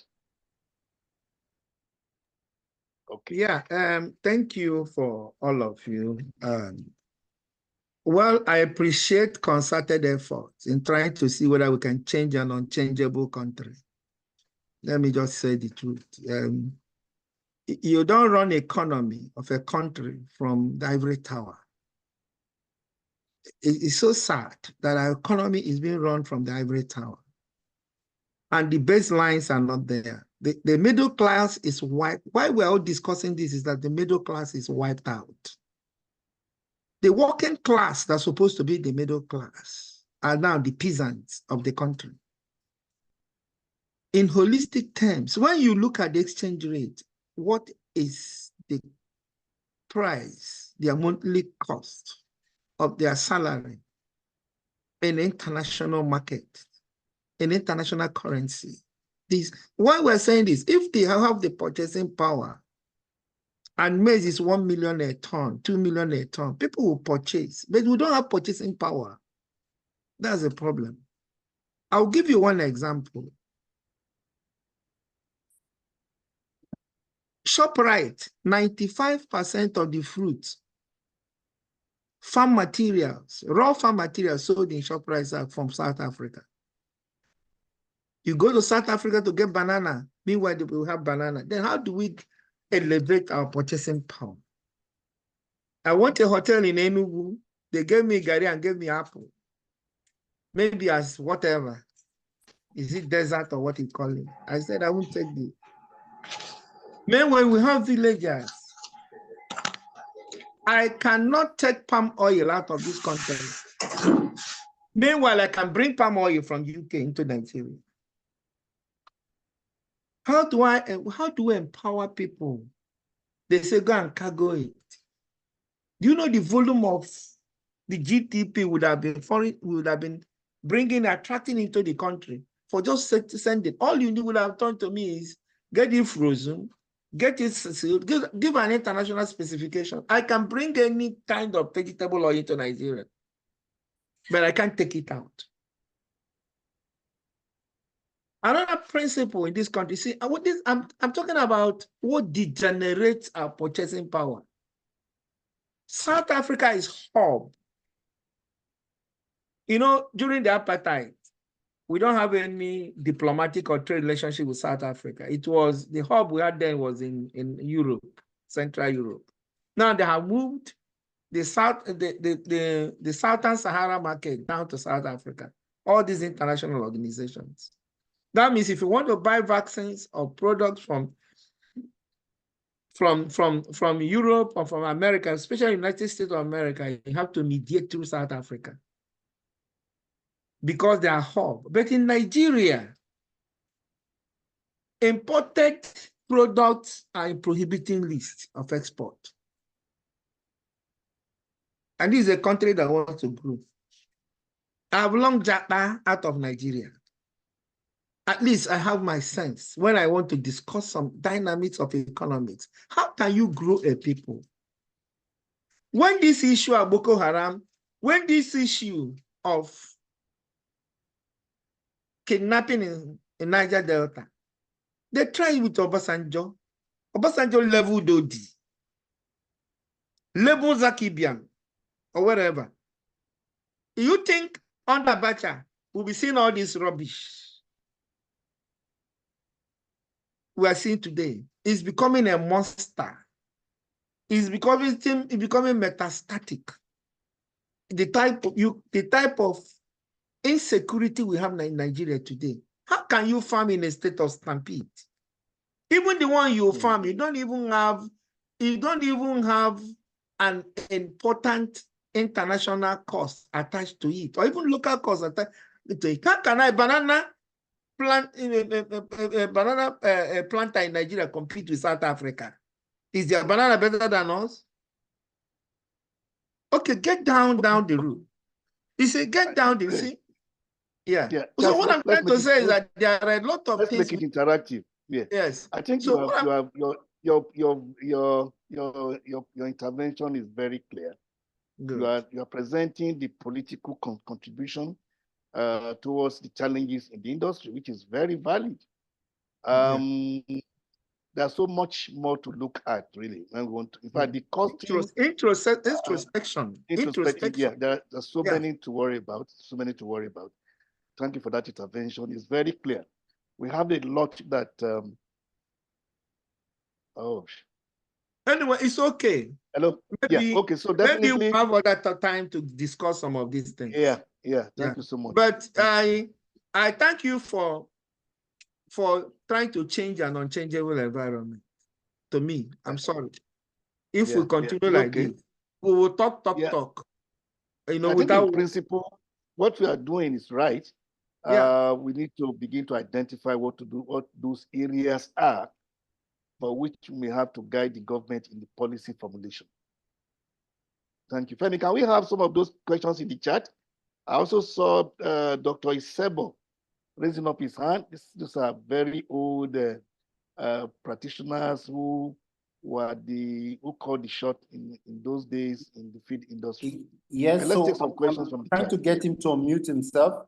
And then there's also Martin Sunwakwisi, but let's get Dr. Joseph Esibo. Okay. Hello, can you hear me? Yes, loud and clear, sir. Yes, we can hear you. Okay, thank you very much. I must use this opportunity to thank Dr. Kayode for reaching out to me personally also.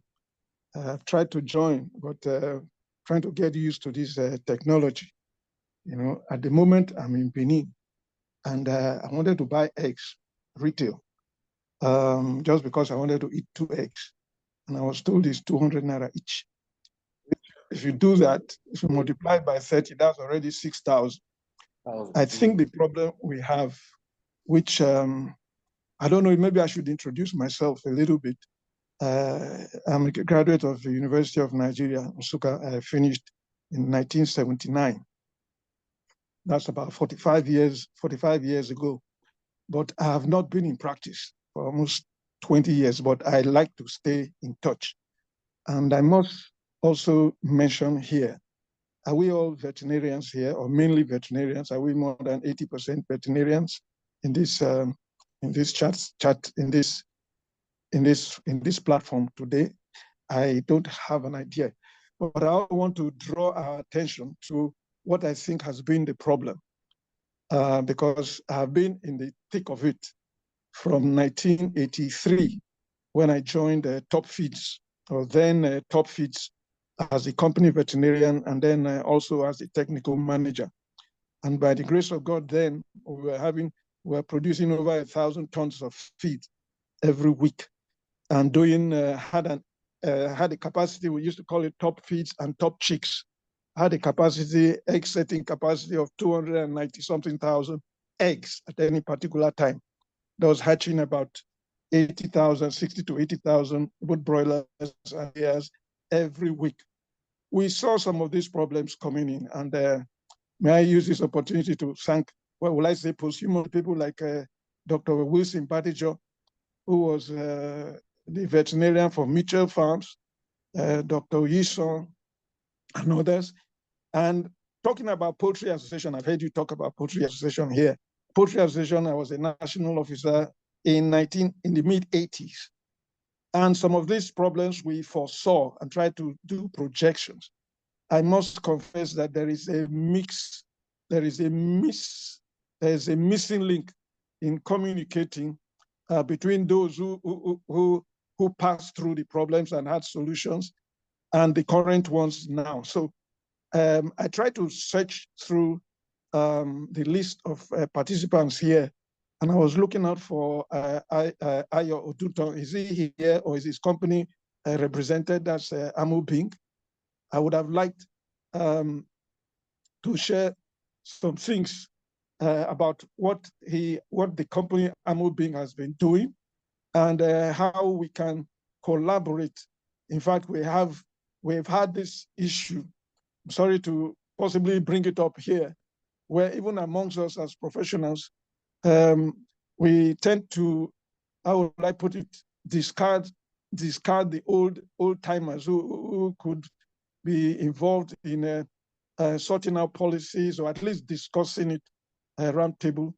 Because the reason why I'm saying that, I know I have a short time to just mention that as far back as 1983, 84, 85, I think Charles Ibe might if he's still on, will remember that even our top feeds were interested in the farmers making profit, to the extent that in 1986, it took the United States Feed Grains Council, the American Soybeans Association, to bring us together for a seminar, making more money from poultry, whereby little tips as to how to improve or improve profitability by taking some steps managerially, even on the poultry farm, to help the farmers make profit. I'm sorry, I have to maybe give way to some people here, and maybe some other time expose certain things we think will help solve the problem. But be that as it may, I don't think I should leave without mentioning that some of us who are veterinarians, or many of us who are veterinarians, I'd like to suggest that you go back to a document which has been put together by the NVMA since 1996, which has been put in the cooler. I'm sorry to say it has been put in the cooler. Let us go and look at that document, and some of these solutions that we are seeking for are in that document. Is the NVMA Ventures. There's a document I will suggest. I think Dr. Gani will know about it, and what we have done and what we have not done about it. I think we should just go back, look at that document, and it will help us. Thank you very much for the time spent in trying to. I was actually looking forward to Wageti's. As he said, all things are working. Yes. All things work together for good. I think this discussion is quite apt. It's timely, and I hope we will get to the solutions by the grace of God. Thank you. Thank you, Dr. Isebo. Thank you so much. We always respect your insight. You are a past national vice president for NVMA. Just like you said, there is hardly any problem today for which solutions have not been suggested in the past. The political will by all operators to dust up those solutions have always been a challenge. For those of us in practice, we knew that a time like this will come. And that is why I was recommending that we must have a revolutionary formulation for poultry feed that must not depend on the new demands and competition by humans for animal feeds. Otherwise, we will not be able to cope with it. Theoretically, we could say, let us go ahead producing more, but the environment for production, like we have been told, security challenges, fertilizer, and so many political considerations may not allow us to be able to meet up with that. Femi, do we have some questions in the chat that you want to refer to? Yes, we do. So while I'm just sorting out the questions, reading through everything, but Professor Fashino is also here. I know he's also a very experienced person, and he has quite a handful of solutions. I'm just trying to pick out the ones that we should read and not read. But I think we will touch on every point. But while I'm doing that, Professor Fashioner, I'm trying to unmute him. Okay. I wish we had He's prepared him earlier than now. but he's the son of the soil. Yes. Yeah, Good. thank you. Okay. Thank you very much. I actually was interested in listening to this because even if you are in a government business or so, I've done poultry before, and the issues being discussed there are very germane. And I'm really very keen on attending this. I actually told some of my colleagues also from the FAO here at the headquarters, and I hope that this is recorded. They will also love to listen to it. We are engaged in so many other things. The issue that I was really very pleased that we have this perspective from the historical perspective up until now. The poultry industry has a lot of potential. Unfortunately, this inconsistency in policy, both from the government side and also from the practitioner side, need to be looked at diligently. And I hope that what Dr. Osebo, Dr. Enauro, and Dr. Charles and others have spoken will be really taken into account. And possibly the MVMA, VCN can look at this and possibly pick up those documents, review them. You know, the challenge we do have is that we do this and we keep them in the archives. The resources we need are actually there. We just need to tweak it around a little, put a new perspective into it, and benefit maximally from this set of things. And as has been said, we cannot ignore the political aspect also. Some of these issues, when we come up with this proof solution, we need to pitch either to the minister or to pitch to the National Economic Council or some of the policy making bodies and let them know that we've got a solution here, but you need to help the industry to stand on its feet. And we cannot do it without you. The private sector are actually the engine room of the country. The government can only do so much. But if the private sector is not cooperating with the government, we are talking of dependence on oil and all those things. If you trigger agriculture very well, you will forget about all this petroleum industry. At a point in time, I was telling my wife, you please go to the government, let me come and take over the poultry.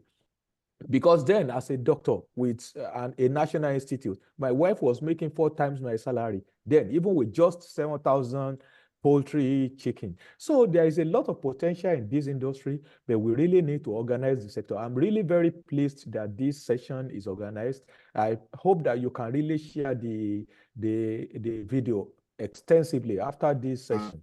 And we'll make sure I will do my best to also get it to as many people as are relevant to be able to listen in on this. Thank you. Thank you, Prof. The recordings are on. So I'm just going to read the MNI, Dr. Gani. If you allow me, Yes, I'll read a few comments and then I see Mr. Okeo. I also know him. He's a farmer and works with the Lagos State government raising up his hand. So let me just read a few comments, although slightly disheartening. Just as I envisage, there's a little glut because I got a few inputs here and there that people are struggling in selling their eggs. So Emmanuel Ayodele said, of course, there's glut, at least here in the Djibouti, majorly because people can't really afford egg at 3,500 per crate. Meanwhile, Dr. Mikel is suggesting at least you should sell at 6,000. And you cannot sell at 3,500. Meanwhile, my concern is about broiler ration. I'm an off-taker and gradually feed mill are sending us out of business. So is it really the feed mill? I was to supply wholesale at this, he's supplied at this. At the end of the day, he has a negative 54,740. And he's asking, are we going to continue like this? Another comment I quickly want to read, Victor Falana says, Dr. Mikel said the whole truth, that we have been running at a loss in Kano since last year, November. We have been selling properties to augment poultry business with the hope of it getting better. And that's really very sad. But it is apparent that nothing is going to change till November this year, if harvest starts. Many poultry farms have collapsed, more than 55%. And as it stands now, after this fasting period, more of us will join the farm that have closed down. We have next to nothing to sell in augmenting the poultry going further. So this is the time I wish Bola Ahmed Tinubu is on a call like this. We feel the pain. We feel the pain. Sir, if you don't mind, Mr. Demola, okay, can you please unmute yourself? I know you're also a farmer. We've done a couple of business together around Lagos, Epe, and I know you're in Lagos. All right, good. Please, can somebody unmute him? Okay, good. You're muted.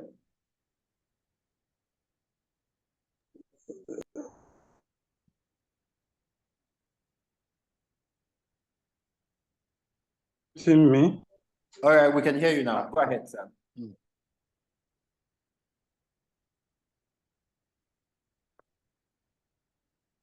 No, we cannot hear you again. Okay. Somebody keeps muting me. Keeps muting me. I okay. don't. You are free now. Okay. So, like Mr. Denny said, the problem of the industry is actually holistic. From my observation, there is a disconnect between the various enterprises, crop production and livestock production. There is also the problem of not having the database of farmers. Farmers, if the government calls on farmers today, where are the farmers? Where is their data? Which record do they have?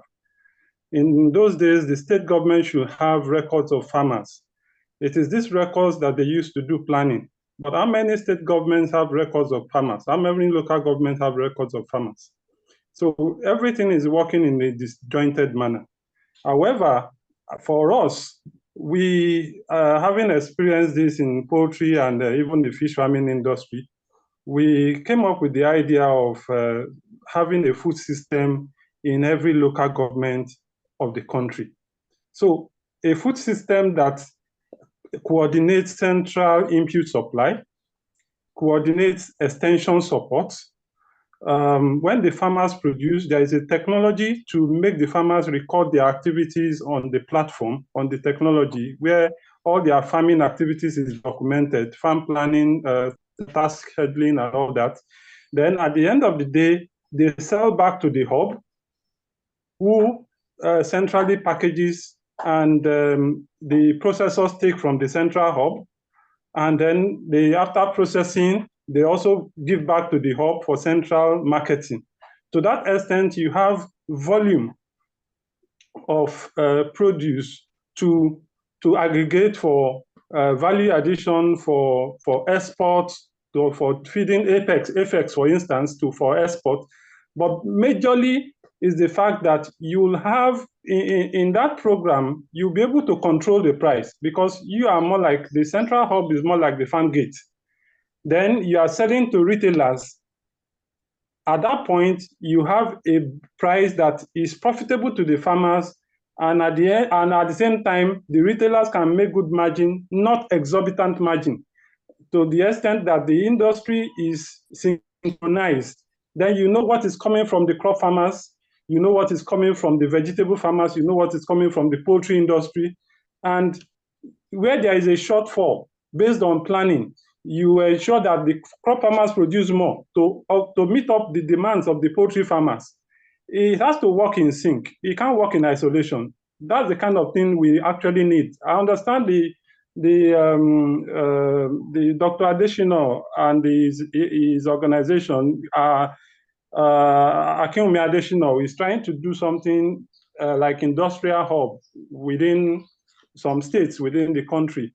However, I think it should be localized so that it can be more far-reaching, and the farmers should be in cooperative setting with commodity interest groups in cooperatives, such that funding and credit can also be facilitated to them through those channels. With that, banks can actually look at their direction, because they have a track record of their production through those records, like technology records. And to that extent, because they are in a cooperative, they can channel, based on their savings, channel funding to support their enterprise. So for me, that's one of the major directions we need to initiate as soon as possible to ensure that the agricultural sector, and particularly the poultry sector, it has a seamless production operations in the country. Thank you. Thank you, Mr. Okeo. I think majority of the questions are around insecurities around the farm and how government needs to intervene. Just that time is almost gone. I think we'll have to turn back to affects as the hub expert to let us know. But over to you, sir. Yeah, Because I think the affects will situation take looks that. very grim. Yeah, it's going to be more like a recommendation from on what we particularly to policies from government as well. But let me quickly read this comment, sir, if you don't mind. Morenike just quickly wrote a comment. Good afternoon, House. As a player in the industry and the experience I have, to resolve this, the government has more role to play because the farmers can't go to farms because of farmers header clashes. Herders are grazing plant crops to feed their animals, destroying a lot of grains that will have helped the country. Most farmers have refused to go back to farming now. If security can be ensured and the alleviation programs the government has started actually gets to the farmers, not the coordinators and allies, and on time, we will get better results. I know there's a lot of people who are hungry and wants to go into farming, but are either scared or discouraged, and they would rather do something else. If more people go into farming, grain prices will come down. That's from Dr. Alo Morenikeji. Thank you. Over to you, sir. Abin Bola also has his hand up. If that can be done in 1 minute, just to have your perspective. Can you please unmute you? And then let's have you. But while you're doing that, just to prepare affects. Affects is a very big boy. And like I said, you can solve the problem. You can solve all our problems. Yes, affects is a very big boy. So we can join you in having effective strategic communication of what we need to do for the industry. I wish Ayo was here, or Dunton, just like Sebo said. These are powerful voices, but we seem too comfortable in our zones that we are not pushing government enough with the views we have. But thank God for this opportunity. So you will have to give us some expert suggestions, particularly around the value chain of the byproducts and products from poultry. You talked about powdering egg. If we have to go to that value chain, we don't have to talk about egg lots at all in this country. Just like in the crops where we have post-harvest losses, almost 60% post-harvest losses in Nigeria. Why would food not be scarce? If you have a value chain that takes care of such a harvest, definitely we won't be talking of food insecurity in this country. So maybe I didn't know I would take that, but let's have Abin Bola share his perspective. Please take the floor. Thank you very much, sir. Thank you for this presentation, though I was not there at the beginning because I was from one meeting to another. But then, as a practicing farmer and as a graduate of agriculture, practicing farming for over 20 years now, I think our problems are multidimensional, as we have actually said. But some of these problems are what we professionals can actually solve. One of the issues, like we talk about government, one of the general problems we have in Nigeria is that we have left government, the business of government, to politicians. And we professionals are not there to give expert advice on what is supposed to be done. So that's one problem that is really affecting us. Politicians will always argue issues politically. They are not likely to look at it professionally. Then we don't have the database of poultry farmers. Most of the people in poultry farming, let me use my area of concentration, in poultry farmers, are they professionals? Most of poultry farmers are businessmen. What I mean by business, I know you're in poultry farming to do business, but most of the people are people who have access to money and they decide to come into poultry. Not because they know the rudiments of poultry management and poultry production. And when they hire staff, like a typical businessman, is looking for the least costs. Even when you are giving professional advice, he's looking for the least cost until it boomerangs. Then he will not say, okay, yes, now I know. That is another problem.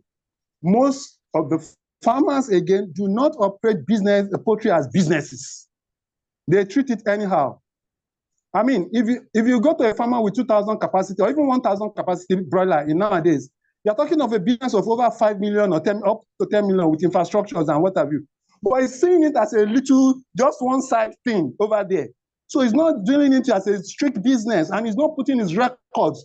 Ask them for records, ask them for this. Nobody's giving you. So how do you even know whether you are making profit or you are not? Then we have not decided in this part of the world to introduce technology to poultry farming. It is still business as usual. People still do business, do poultry as they think. That's what you tell to some people, they tell you they have been doing it for the past 30 years. It cannot remain like that again, especially with global warming, with competition for feed and what have you. It cannot remain the same again. Every grain, every 1 gram of feed on the farm must be accounted for. That is what current technology and practices should involve. If you ask any one of us now, do you know what quantity of water your birds drink in a day? Nobody knows. Every farmer, most of the farmers will not be able to tell you. They'll just tell you, we are pumping water. What quantity of feed? They don't know. We have to introduce technology to current day farming. Without it, we cannot move ahead. And then another problem we have no control in anything we are doing in the poultry system, farming and poultry. No quality control, no control in the entry point. Everybody comes in, anybody goes out. No quality control in feed. Any feed comes in, somebody wakes up today, he has started producing branded feed. You see 10 branded feed today, next time you are going, you see another one coming in. Who is controlling what is being produced? Even the grains that are used, who is controlling it? You go to the market, you want to say, okay, let me even say, at that time I was doing toll milling. You go to the maize that is selling for you, you open, you bring it up like this, you are like, oh God. It is rejected by under industry that they bring into the farming sector for us to use. And nobody is controlling this. No control, even your output, nobody is controlling it, the selling price. Anybody buys and sell at any time, anyhow. Let me give you an example. In December, I did production. In November, I did production in November. I did production in December. The broiler I sold in the first week was at a higher price. First week of December was at a higher price than what I sold for off-taking at the last week of December. Even when prices were higher, my production cost was higher. Why? Because we realized that a lot of foreign investment or people from anywhere have just dropped in money. So there was glut, there was overproduction of broiler. So you are forced to sell at a lower price. There is no control in anything. We really need to organize the sector. We professionals, the vet doctors, the agri guys, and everybody needs to really organize. Whether the government is doing its bit or not, we really have to organize ourselves and put some control strategies in place so that when I'm investing, I'm sure of what is coming out and I'm encouraged to produce further. Or else, it will just be anybody comes in, garbage out, and we, the professionals, will be the one that will be in problem. One other area. Thank you. Health control, the laboratories. The vet guys. I'm not a vet person, but the vet guys are not helping, or the industries are not helping. You have a problem on your farm. You call 3 different vet doctors, they are telling you different things. How do I know to solve the problem? There's something like, okay, let us take it to this standard lab. The whole of Ikorodu, Lagos, how many standard lab, diagnostic lab do we have for vets? For veterinary, for animals? That I can take my animals to for diagnostic purposes, and they will tell me accurately, 90%. I'm not even asking for 100%. That this and this is what is wrong with my birds. Use this medication, use this, and I use it and I get results. None. I can assure you in the last 20, 30 years I've been operating, I have not seen one. Those are the areas we are having problems. Once we can resolve this problem, we'll move forward. Much. Your perspectives have been very, very, in fact, you capture the essence of our discussion. Just to quickly have this intervention that being a capitalist system, anyone can go into farming. You don't have to really be a professional. But what is important is for you to do the right things, which they do elsewhere, by engaging the professionals to work for you at the right prices. It's difficult to restrict farming to professionals alone. In actual fact, those who are more profitable, who make more profit in farming abroad, don't necessarily have the basic education in agriculture, but they do the right thing. They look for the right professionals, and then they follow through with the right advices, and then they get the best in their production. Just like, okay, just to take away from what you said, that 3 veterinarians will have 3 different opinions. Yes, they are trained to have. Just like lawyers, if you approach 2 lawyers, 3 lawyers on a particular case, they will give you such multiple diversity in their opinions to you on the same case. But you are not supposed to actually be shopping for veterinarians here and there. You should stick to your veterinarian. You are not supposed to hunt for laboratories as a farmer. It's your veterinarian who could, on his own, if he needs a second opinion, he could look for another veterinarian to tinker his views with and then get the best for you. But when you jump here and there, chances are that you would end up becoming confused. And then, of course, you will not get the best from the professional services that the 3 of them will offer you. So let's take advice of professionals. Let's stick to one and then work with them. We get more results. Affect, we have to come back to you because we want to harvest some of your experts' suggestions. I have the opportunity of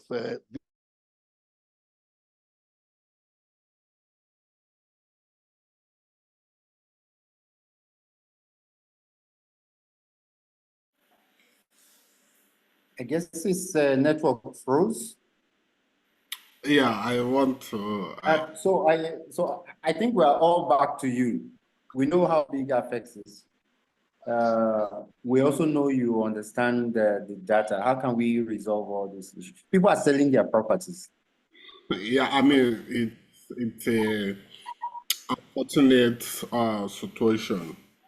So, okay, so I would like to firstly just cast light on some of the feedbacks that I've gotten from other participants here, and it just highlights some of the disconnects that we have in the ecosystem, right? Somebody in Abuja is purchasing for 600, another person in Ijabode is purchasing for 3,005, and another place is 2,009. And it just speaks to how one of the things that should be priority for Poultry Association of Nigeria is to now start to harmonize that ecosystem, leverage on logistics. Unfortunately, a lot of Nigerian, and I mean, the holistic problems with Nigeria is difficult to solve. But imagine where we can get to a point where we can move commodity, we can move maize, I said maize, egg, from where it's selling at 2.5, put your logistic differential and sell to where it's at 5,000 or 6,000, and still make egg available in one place and still solve for glut in another place. And I don't think that is the solution for the government to serve. It's just for us to get to a point where we optimize the efficiencies in our production, and it comes with communications, it comes with synergy.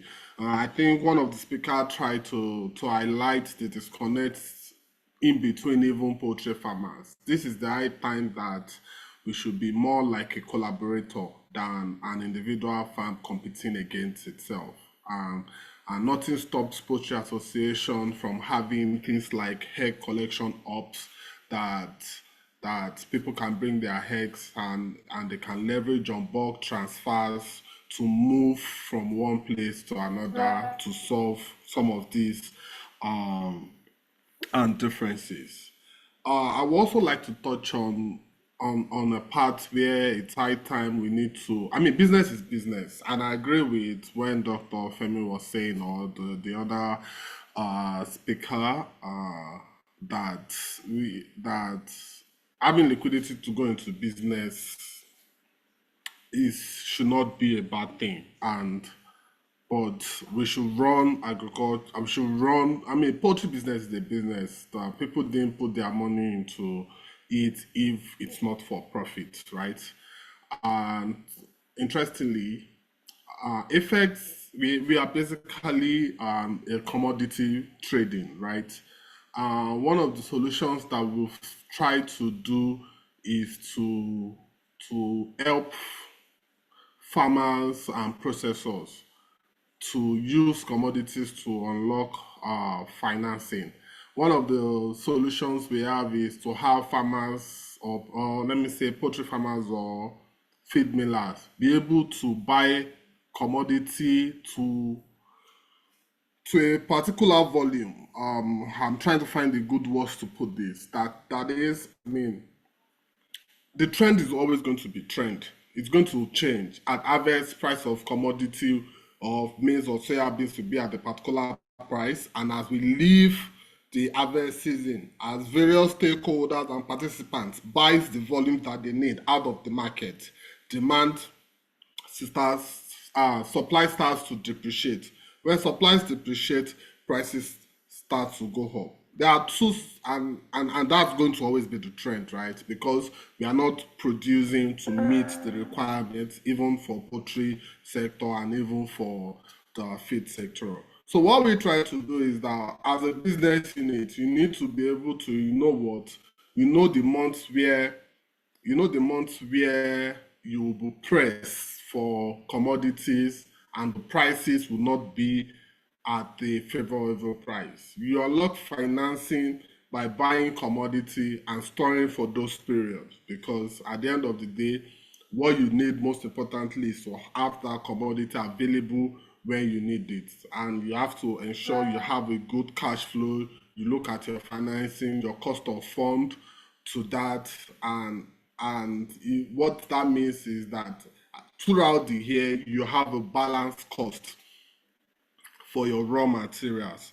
I think my information is with Dr. Kayode, and they can always get that information for farmers that are or poultry producers that are interested in some of the solutions that we have. The exchange platform that we are building at Apex, at the end of the day, is just to be able to get to a point where everybody who are investors on that platform at any point in time in their production plan. And I mean, we cannot do it alone. We need other stakeholders. We also need processors to also, be farmer oriented. Look at the farmers that are producing, because if that production challenges are not solved, we'll come back here in another time to still keep talking about these challenges. Talking about the last question, the last opinion about byproduct. That is my own personal opinion, and being a part and parcel of the poultry farmer, that solving for hog glut is adding value, looking at avenues to where we can push our products to, was why I mentioned egg powder production. And of course, I also talked about frozen pet products, by stimulating processing capacities. That, when you have productions up to 35 to 40 days, I don't know how long it takes, and you process, you can store for a longer period of time while you look for market to be able to push your product, and especially when the demand is there. So, and these are just avenues to keep the business going. I hope I'm able to answer all of that. Yeah, you have. Thank you so much. We appreciate you. I think my job is now to, Femi, if there's no announcement, I will just give a vote of thanks here. And then we'll call on Dr. Zainab to give the post-quiz responses. A lot of very senior farmers and veterinarians have been on this call. President Charles Ibe, Professor Fashino, Penny himself as CEO of Farmerlat. We thank you so much for organizing this. The FVMA Secretary, Dr. Fadipe, the BCN Acting Registrar, is here. Been here since the beginning. Ania Bosso, Dr. Joseph Pisebo, Dr. Mikhail, Olushwa Labi, the DG Pan, and Wageti that could not come. I'm sure it's because of their network challenges. I also have some challenges from this.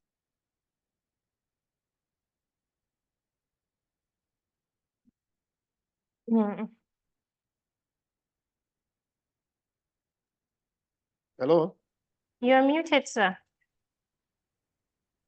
Oh, okay. Hello? Yeah, we Hello? can hear you, sir. We can hear you, sir.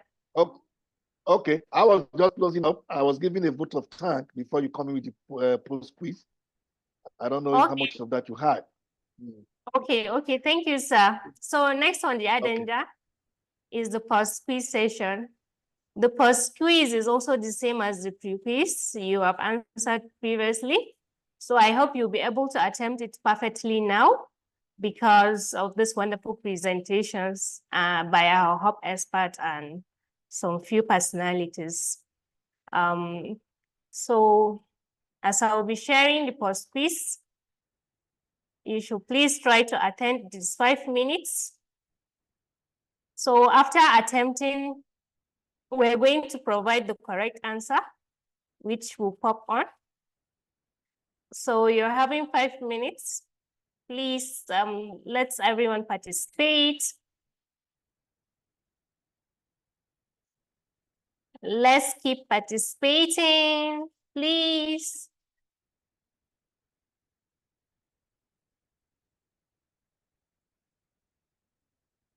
Okay. We have 4 minutes to go. Please, let's keep on participating.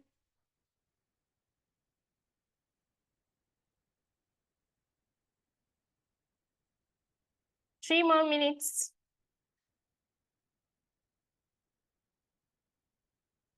Let's keep answering.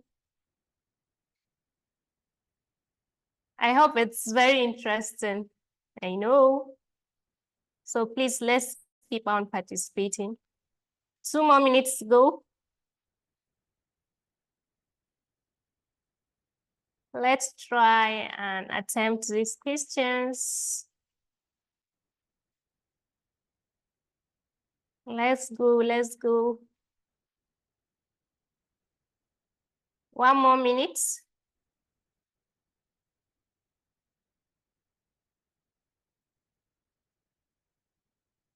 Please, let's attempt.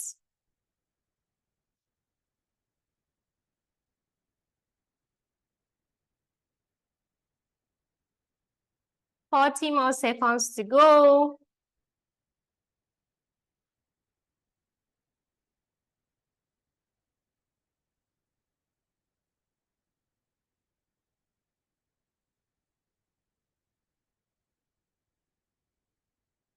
Thirty more seconds.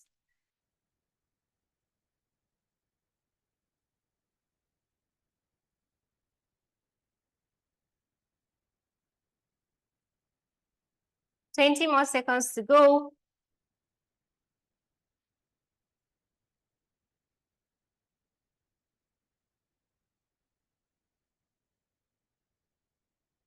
Let's go on.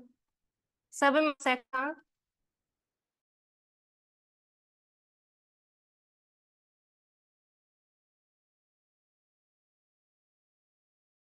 Four more seconds to go.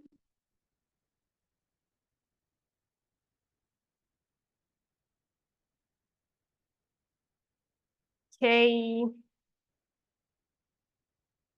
So thank you everyone for participating in this.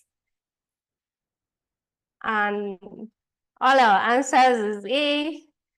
So I've seen a lot of people have participated and a lot of them have gotten it right. Okay. Farmalats now serve as a private continuing education provider to the Veterinary Council of Nigeria.